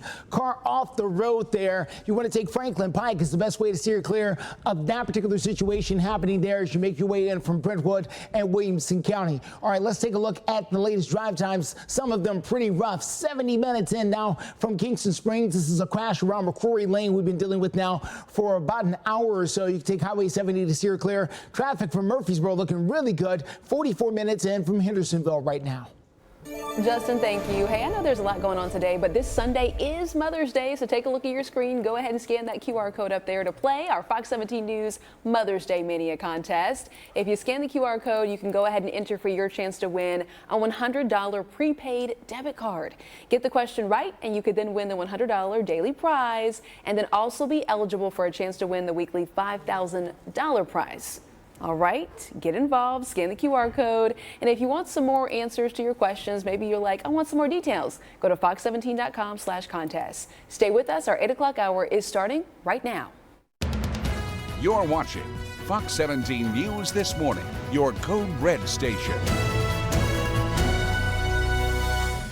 Waking up here to wet pavement across all of the Nashville area. We have a few showers and storms still out there toward the plateau, but we're not done for the day, and we're in code red for potential severe weather Tuesday and Wednesday. I'll look at future track on my latest thoughts. And right now on Fox 17 News This Morning, an early morning fire destroys a house just north of Nashville. We'll tell you everything we've learned so far. People on Thompson Station are sounding the alarm about big trucks going down a road and overturning, causing unsafe conditions for the neighborhood. I'll give you more details coming up in just a little bit. Thank you so much for joining us here on a Monday morning for Fox 17 News. I'm Erica Glover. And I'm Jennifer Waddell. We're your live local news source through 9 a.m. And one of these days that we are glad to be here for you that long, because we've got details in this code red weather alert that you'll want to know about, so you can make your plans really for the rest of the week. Greg? Of course, yeah. And this is that time of the morning, too, where we get real-time updates to all kinds of new information that comes in right around that 7, 8 o'clock time every morning. And we're seeing a few of those now. Let's tackle what's out there and then where we go from here. A few showers that are still on the radar for us. Most of our rainfall is now pivoting well to our easternmost counties, even areas like Cookeville, Monterey, Sparta, Smithville, drying out. Crossville still has some decent rain. You'll get a little bit of dry air here in just a little bit. Nashville's been dry for the better part of the last 2 hours. And taking a look to the north and to the east, well, we're seeing the showers pull their way into southern Kentucky. We're not done for the day. Late morning into the afternoon, a few more showers and storms will pop up. Those will be weak, but they will be a nuisance. Have the rain gear ready all day. Taking a look here, code red threat level for Tuesday and for Wednesday for different threats each day. Tuesday, wind. Wednesday, every type of severe weather. Cannot be ruled out at this time. Here is today. I mentioned late morning into the afternoon, 1 p.m., 1 o'clock through 5, 6 o'clock at night. Once the sun sets, so does our chance for showers and storms. Then our Tuesday morning will be starting off nice and dry. No problems then. But these little pop-ups will begin to move in for the evening and first half of the night of your Tuesday. Really, the second, third of the day going into the overnight hours. And then Wednesday, we're going to pick up where we left off. That's the day where we could see every type of severe weather. I want to focus on that day an extra amount of time and give you your 7-day forecast. Steer clear traffic on the north side, or actually on the south side. Let's go there. This is going to be I-65 at Old Hickory Boulevard coming in from the Brentwood area. Traffic there is moving along despite the fact we've got a fire truck and a crash over there on the shoulder of the road as you make your drive in and around Brentwood and exit 74. You want to try to use Franklin Pike as the best way to steer clear of that particular crash. Let's take a look over on the west side. Been following this for a while now. 70 minutes in from Kingston Springs because of a crash happening right here on I-40 going west, going towards Dickson, right around the McCrory Lane exit. You want to use Highway 70, loud twists and turns, but that's going to be your best bet to steer clear. All right, Justin, thank you very much. We have a breaking news update right now to a story we've been following all morning. This is the fire that destroyed a home in the Mulberry Downs neighborhood north of Nashville overnight. So brand new information, so we're updating the story now. The Nashville Fire Department says that it broke out over on Berrywood Way around 1:15 this Monday morning. And they tell us that neighbors reported a bonfire in the backyard that unfortunately spread to the home, which was fully engulfed. We're told everyone inside the home made it out safely. The home does appear to be destroyed. The fire is under investigation. And we go to Buchanan Street, also north of Nashville, where 3 people are recovering this morning after a shooting there. We understand, according to police, the shooting happened in the 1000 block of Buchanan Street right around 8 o'clock last night. Now, there are all kinds of businesses and restaurants. This is an area that people might call the Buchanan Arts District. And at one time, there was a movement to try to call it the Buck. Yeah. But in addition to those 3 people being shot, we understand a lot of cars got hit in the crossfire. Detectives this morning had been at the hospital trying to get information from the victims. Yeah, that celebration was graduation, folks coming together there. We're going to continue bringing you some more updates as more details become available. Well, happening this Monday morning, we're now hearing from folks over in the Thompson Station area. They say they're frustrated with truck accidents on Carter Creek's Pike that are causing some dangerous spills and then bad traffic. Yeah, and our Fox 17 News reporter Karen Aguilar is joining us live from that neighborhood right now with reaction. I spoke to a man who says that he is frustrated with big trucks invading Carter's Creek Pike behind me. This road that you see right here, he says, is too narrow and curvy and has led to a couple of bad accidents. Take a look at what just happened on Thursday. You can see a large truck on its side taking up almost part of the road where I just showed you. You can see diesel spewing onto the grass of the front lawn of homeowner Alfredo Malatesta. He says spills from the flip trucks could be dangerous. Malatesta says the trucks turning over creates unsafe conditions for commuters and is worried about school buses that carry children doing that same turn. He says this isn't the only time he's experienced a truck or car overturning. He says it's been multiple times in the last 7 years. He says the last truck that overturned was just 6 months ago. He says enough is enough and wants more to be done. It feels like a cursed property over here on Carter's Creek Pike. Every time that these accidents happen, what's interesting to me is how, there'll be 50 different trucks out in front of my house for 8 to 10 hours trying to fix this issue. Never once does anybody from any of these different bureaus come and knock on my door and say, hey, we're so sorry. Currently, we're pulling all the numbers on how many accidents have happened in this road behind me. And I've also contacted Tosha to see how many times they've responded to hazmat issues. I also reached out to TDOT to see what's being done about this. And I haven't heard back yet. Reporting live at Thompson Station, Karen Aguilar, Fox 17 News, your Code Red station. Karen, thank you. Wilson County schools, they're debating how to make schools safer. We're going to tell you why weapons detections is on their minds. And right now, Fox 17 News always working to keep you informed, especially as we've got changing weather. At Carrier and Roscoe Brown. Roscoe Brown. RoscoeBrown.com. This Fox 17 This Morning newscast is sponsored by Southeast Financial Credit Union. 8:09 is the time. Coming to a Wilson County school near you. There will be a brand new weapons detection system that they will roll out starting next year. Now, the goal is to stop school violence before it begins, but it could also stop students from bringing certain school supplies to the classroom as well. Now, the weapons detection system is just a pilot, but school leaders believe it could catch some students, not just the ones bringing weapons, unfortunately, but the ones bringing things like 3-ring binders. It could catch up with them too. Clear backpacks are a huge pushback, okay? If we tell students you can't bring your Yeti cup, or Stanley, I guess is the latest craze, they're not going to be happy. But the truth of the matter is those things can set this off. Those things in several of our safety meetings throughout the year, that's a great place to hide a weapon, all kinds of things, fit in a Stanley cup or whatever they're called. So are we as a district ready to start limiting what students bring to school? Well, another method of school security is teachers bringing guns to school. But the Wilson County school director says that is a non-starter issue for him, and he will not be signing off on any teachers within his county doing that. Your voice, your vote. We are now 6 months out from the presidential election coming up in November, and the stage is now set for a historic rematch between former President Donald Trump and the current president, Joe Biden. They will be facing off in the first contest in 112 years, where both the current and former president will be competing for 4 years in the White House. So we wanted to know what you thought about this particular matchup.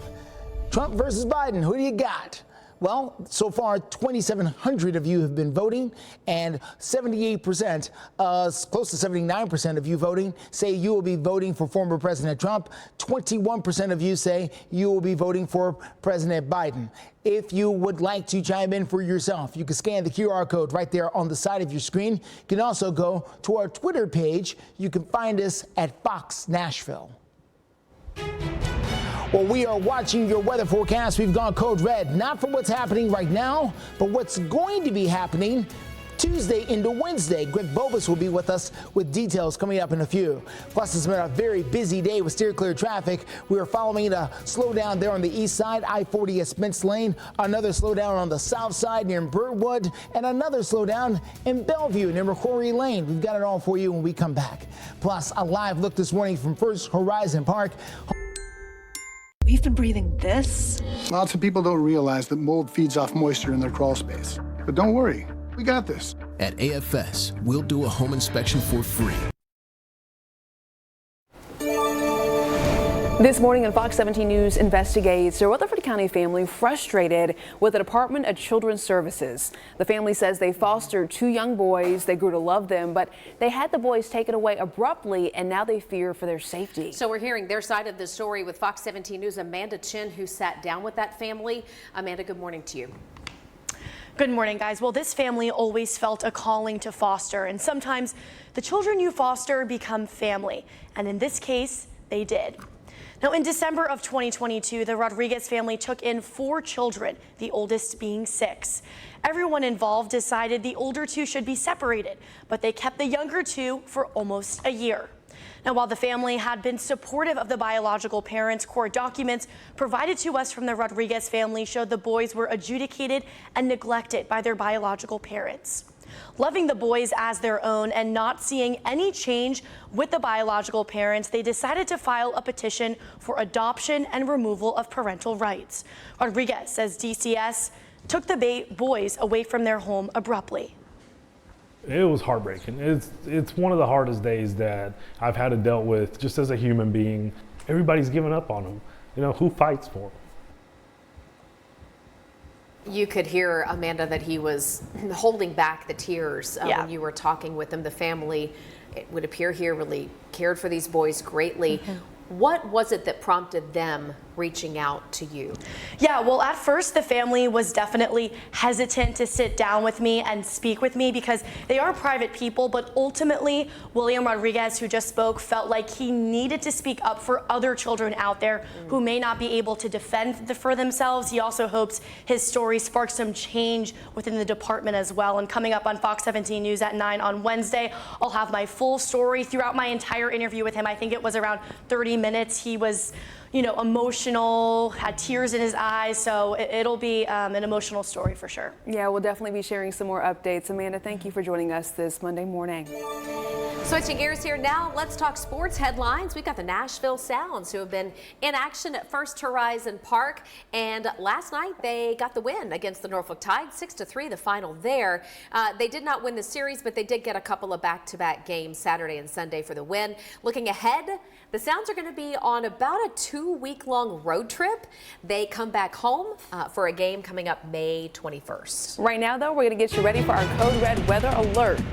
And taking a look here of some showers that are finally making their way out of the area, but we've had rain on the radar at some point since before midnight, and now we're drying out across a good chunk of Middle Tennessee. Southern Kentucky still seeing a couple of those showers that have gotten much lighter, and the lightning has gone down. The one area that's still seeing really consistent light rainfall to moderate at times is out on the plateau, but even that lightning has died down. Everything will give us a little bit of a break. We can take a little exhale, then everything's going to wake up once we get a little bit of sunshine. There'll be a few more isolated showers and storms later today. Overall, though, what has this meant? Well, the rain moved in fairly quickly and boy did it do its job, giving us wet pavement and wet roadways. Active morning turns into a more docile late morning. Afternoon, though, there will be a few more showers and storms. Could be driving through those on the evening commute. So we're going to give it a yellow light for the weather's impact on the roadways the entire day. Code red alert for tomorrow and Wednesday. They're both different days. Timing very similar, though. Late Tuesday, mainly a damaging wind event. If we even end up getting any stronger storms. Better chance for it, though, will end up being on Wednesday late in the day. Wind, flooding, hail, and possible tornadoes can't be ruled out. That day is going to change a little bit here in the next 48 hours, but the timing looks to be late in the day both of those days, so keep that in mind. Temperatures fairly consistent. They're in the 60s right now. We'll be in the low to middle 80s Monday through Thursday, and then we'll turn off the rain, cool down just a touch. As of right now, a very nice looking weekend in the mid 70s and mainly dry. Steer clear traffic for you this morning at 8:18. Let's take a look outside. This is going to be I-65 at Old Hickory Boulevard down in the Brentwood area. Traffic doing all right as you are approaching the city of Nashville through Brentwood. We do have a crash here on the shoulder of the road, causing some slight slowdowns. You can see Brentwood police on the scene there. One car completely off the road. They'll need a tow truck out there to deal with that. You can take Franklin Pike to steer clear. We are also watching this scene continuously on the west side of town. This is going to be I-40 at the McCrory Lane exit there. We do have a crash in place that was really on the westbound side, but the eastbound side is the one that is seeing the most slowdowns from this. 70 minutes in from Kingston Springs right now. You want to take Highway 70 there as the best way to steer clear.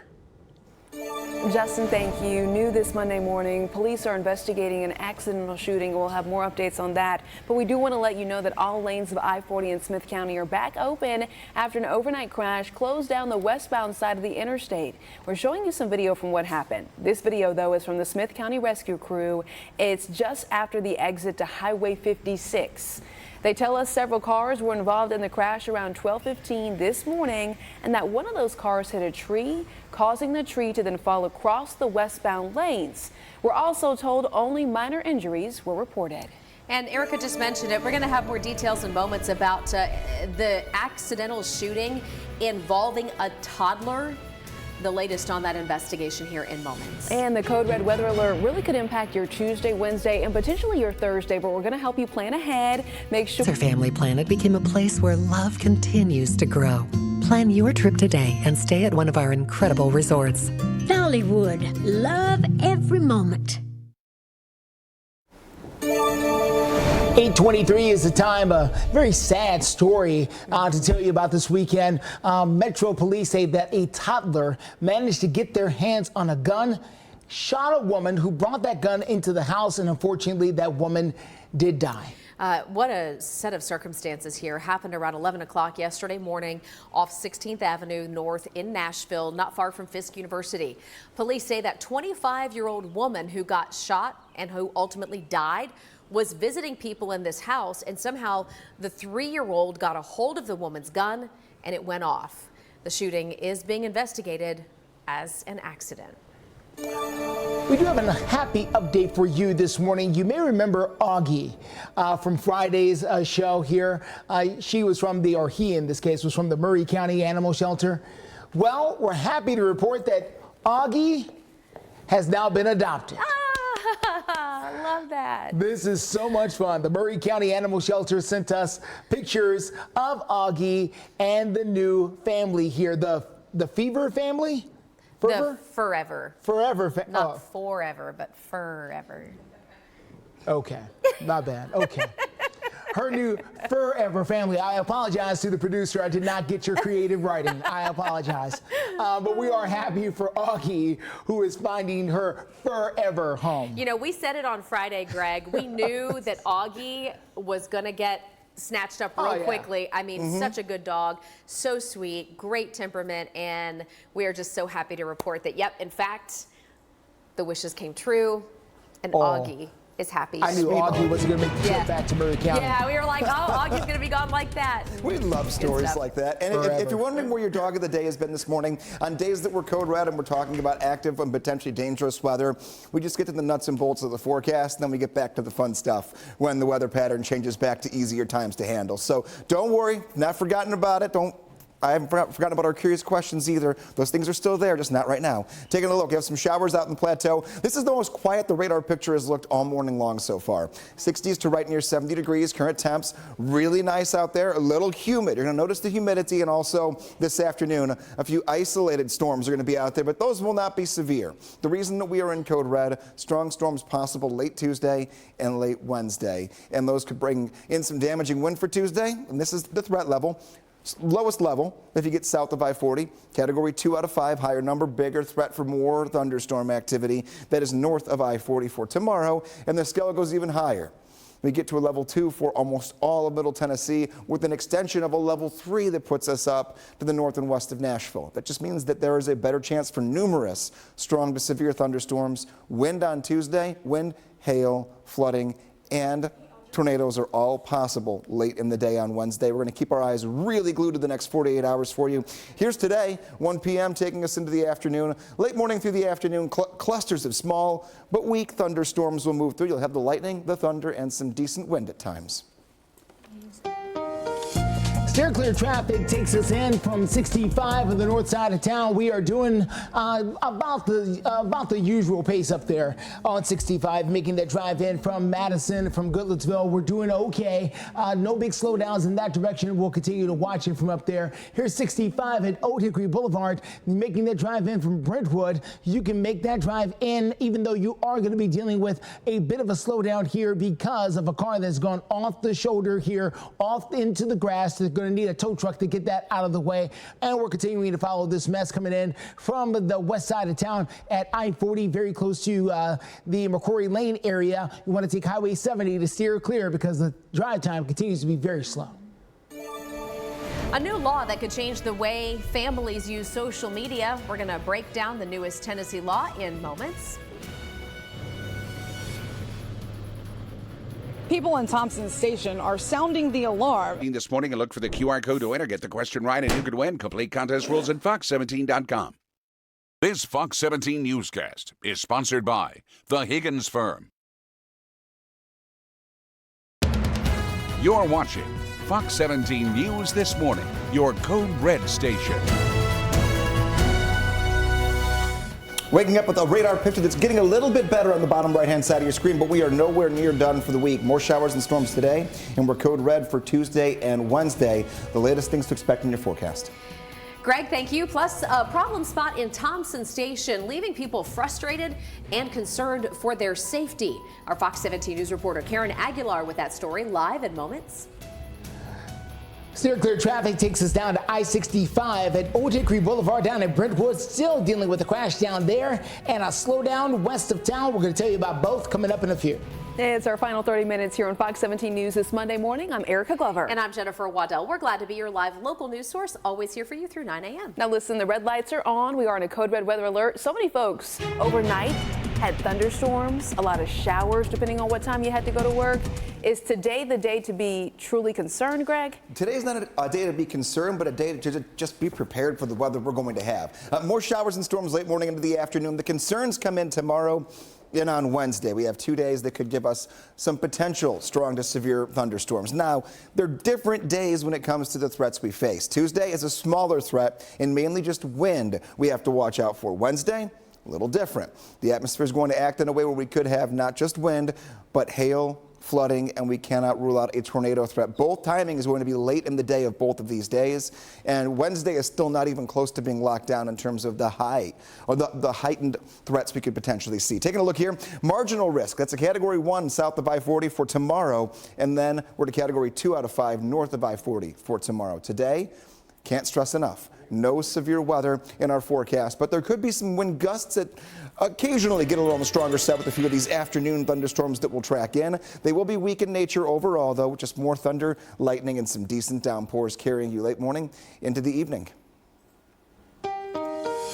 Steer clear traffic takes us down to the south side. This is going to be I-65 at Moores Lane. This is coming in from the Franklin area. Camera's slightly out of focus, but you can see enough to know that the traffic is slow coming down there from the Franklin area. You want to try to take Franklin Pike if you can to steer clear, not just because of this, but because of another crash up in front of it. This is going to be 65 at Old Hickory Boulevard, which is about 5 miles away from that first scene I showed you. Bit of a slowdown here on that side of town as well. Again, Franklin Pike is how you steer clear. We're also dealing with the slowdown in McCrory Lane at I-40, Highway 70. Good way to steer clear of that. Justin, thank you. At 8:32 happening right now, we have neighbors in Thompson Station who say they're frustrated, they're fed up with the truck crashes that are happening on Carter Creek's Pike that are causing, they say, dangerous spills and real bad traffic. Yeah, now we're hearing from neighbors who are being impacted by all of this. Fox 17 News' Karen Aguilar joining us live with much more.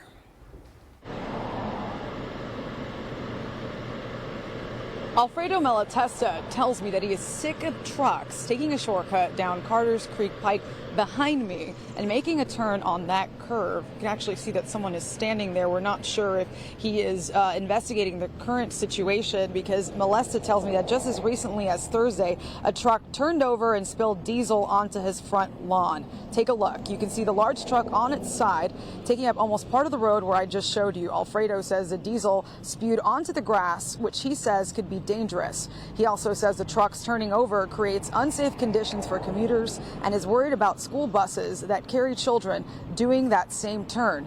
He says it's not the only time he's experienced a truck or car overturning. It's been multiple times in the last 7 years. He says the last truck that overturned was just 6 months ago.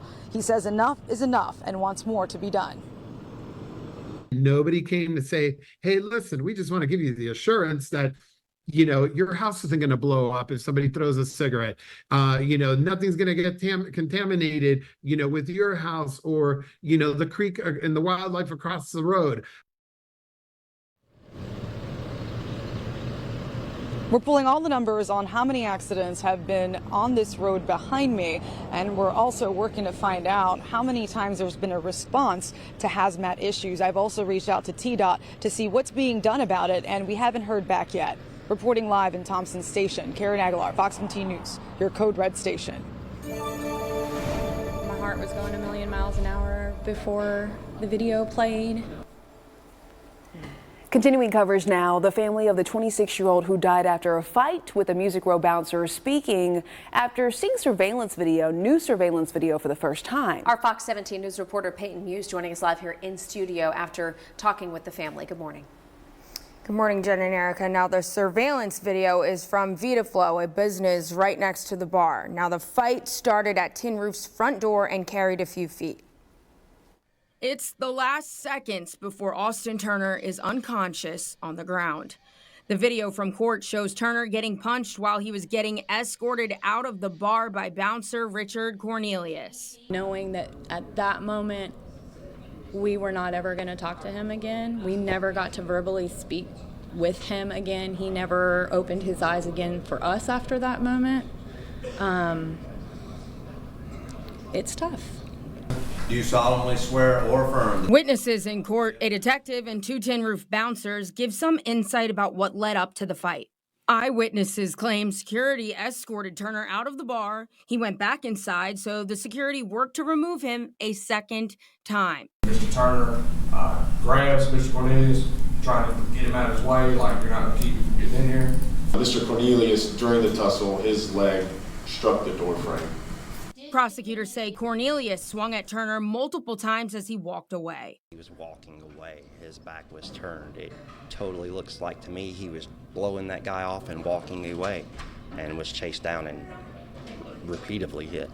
The defense attorney says the video doesn't hurt Mr. Cornelius's case.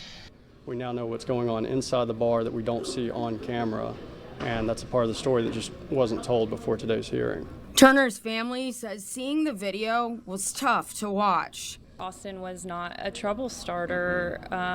There were some things that we heard today that aren't really in line with what we know of Austin's character, and more of that's going to come out as we move up through this trial. This case is headed to a grand jury to decide what's next. The Metro Police Department says Tin Roof does not have cameras that would have captured what happened inside. So this VitaFlow surveillance video is all we have to go on. In studio, Peyton Muse, Fox 17 News, your Code Red station. Thank you, Peyton. Learning from Morgan Wallen's attorney what he's already been doing ahead of his next court date. This is all regarding the chair throwing situation in downtown Nashville. So we'll hear from him in minutes. And scattered showers this Monday and 80-degree temperatures. But what about Tuesday? Bid live or online Saturday, May 11th at 10 a.m. See us on the web at ComusMontgomery.com. This Fox 17 This Morning newscast is sponsored by Ponce Law. We have breaking news here on Fox 17 News this morning. Columbia University in New York is canceling their university-wide commencement ceremony as pro-Palestinian protests are continuing there on campus. The university says instead they're going to hold small school-level graduation ceremonies this week instead of the large university-wide ceremonies that were set for May 15th. Columbia already canceled their in-person classes. More than 100 pro-Palestinian demonstrators who camped out on Columbia's lawn, they were arrested. The NYPD says they're going to be patrolling campus through at least May 17th. Now, keep in mind, some of these graduates could not attend their high school graduations 4 years ago because of the pandemic cancellations. And now they're facing these graduation cancellations once again. What a mess. Erica, Boy. yeah, great perspective too, by the way. Thank you.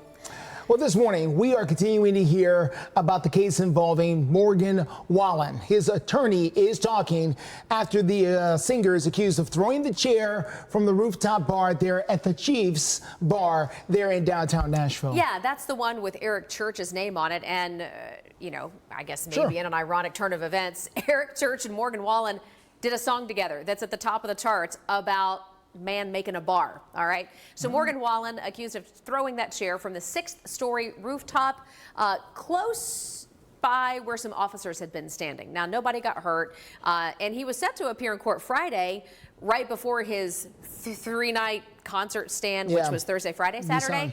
But he didn't show up, waived that appearance. But Morgan Wallen's lawyer did make an appearance on Friday and says that he's taking responsibility for what happened.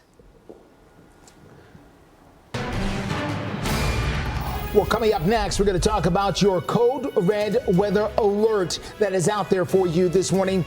Greg Bobus will have the very latest, not about today, but what's coming up here just after today into the rest of this week. Plus, we're going to have the very latest on your traffic as well, as we're following a couple of things out there on the roads. You might have noticed some loud friends in the neighborhood. Oh, yeah. Yeah, that's a rowdy. When severe weather threatens, warning you up to 3 days in advance. So, when we call a code red weather alert, know we're providing you with the information needed to prepare and stay safe. Well, cicada season is here, at least in the southeast. Okay, want to make sure I get this right. What? Brood. Yes. Brood 19. Brood 19. Don't look at me. I always question myself about this. They have made their way in. Maybe you've seen them in your backyards. Yes. And joining us this morning to talk about it is Dr. Donald Sudbrink. He's from Austin Peay State University. Doctor, the last time we had you on the show, you educated us nicely on ladybugs. So let's talk about these cicadas and right now who is seeing activity and who might not be seeing any yet. Well, this is the outbreak of the Brood 19 periodical cicada, this massive, amazing natural phenomenon where they just come out in the literal billions. This year, maybe up to 1 trillion. It's an incredible natural phenomenon where they're trying to basically beat out a series of predators over a 13-year period. And they do this. They've been doing this like clockwork for as long as people have reported this. It's a story of survival. Yeah, you said up to 1 trillion. That is mind-blowing, really. Now, some areas are seeing reports of the cicadas, others are not.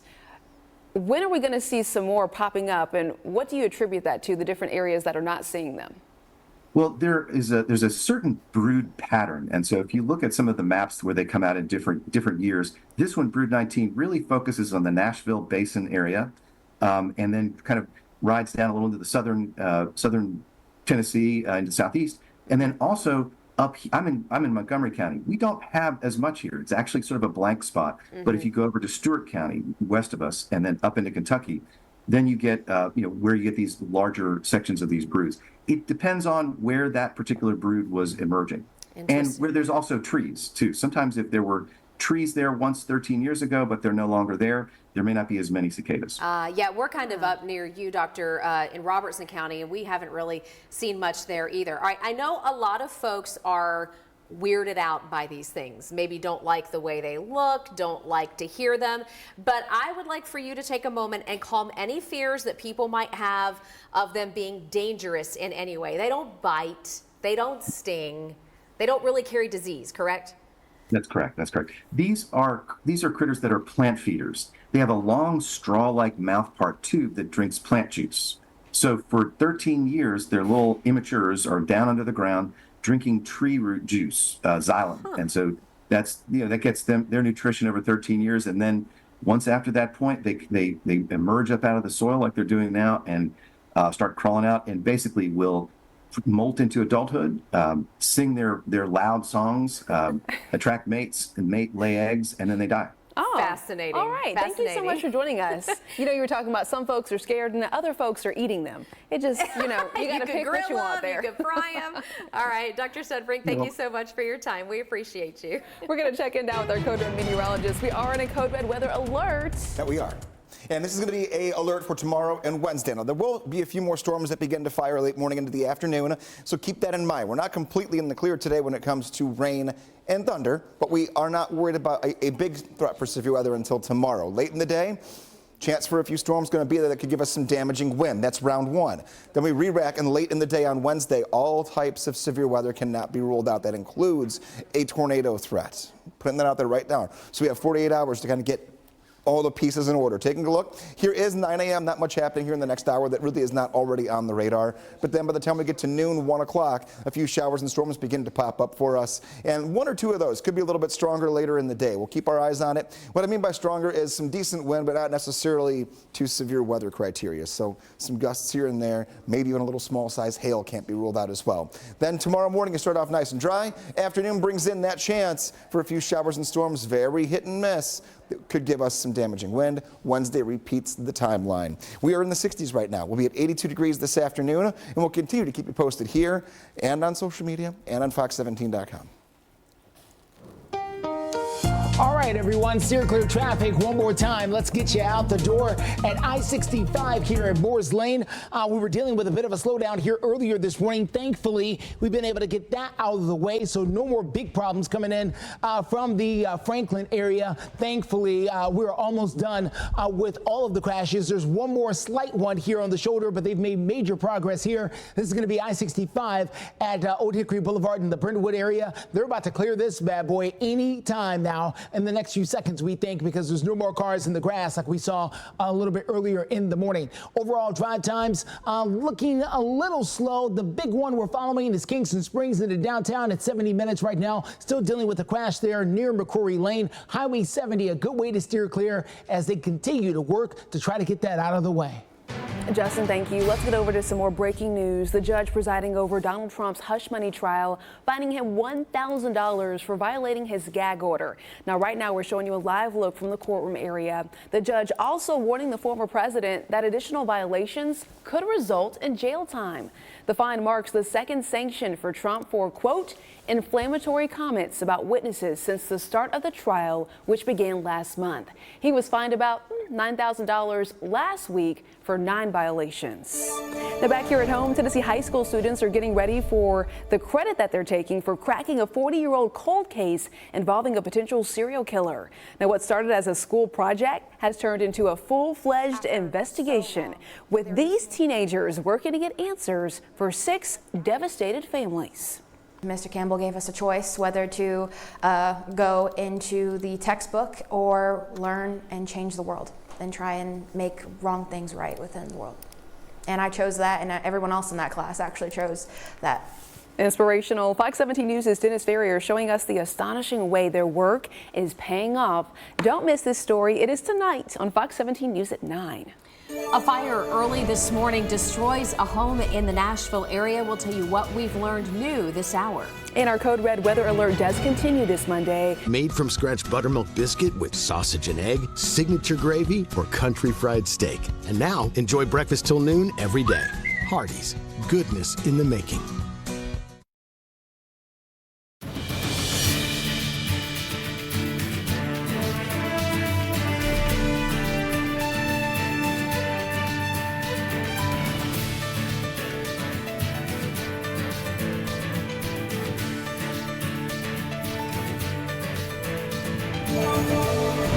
Right now, Fox 17 News, we are learning more about a fire that we covered earlier this morning. A destroyed home over in the Mulberry Downs neighborhood that's north of Nashville. Yeah, let's take a look here. The Nashville Fire Department telling us that the fire started on Berrywood Way around 1:15 this morning. Neighbors reported a bonfire in the backyard spread to the house, and it ended up destroying the home. We're told everybody inside thankfully did get out safely, but the home appears to be a total loss. We do want to check in with our Code Red weather alert meteorologist. And just Greg take a look here. Yeah, we're in a code red weather alert, but not for today. Right now, we've got a little calm in the storms, which is nice. But we'll see a few more of these begin to develop and fire back on the radar late morning into the afternoon. Could have a couple of wind gusts here and there that get a little on the stronger side, but nothing that's really giving us worries of severe weather. But storms, nonetheless, that'll be on the radar late morning through the evening. The little pop-up kind that might last a half hour, and you get a break, and then another one rolls in. That kind of a setup. Tomorrow and Wednesday, different. Tomorrow, isolated late day showers and storms could have a damaging wind threat. So we're code red for Tuesday. And we're code red for Wednesday, again late in the day, a line of thunderstorms looking to set up very late in the day and into the first few hours of the night. That one could bring any type of severe weather with it. So that one's a little more concerning when it comes to timing and when also the threats we're seeing. Now, it's also not totally locked down yet because we're so dynamic leading up to it. But those are the first thoughts on Wednesday that'll get sadeals.com for this amazing exclusive offer.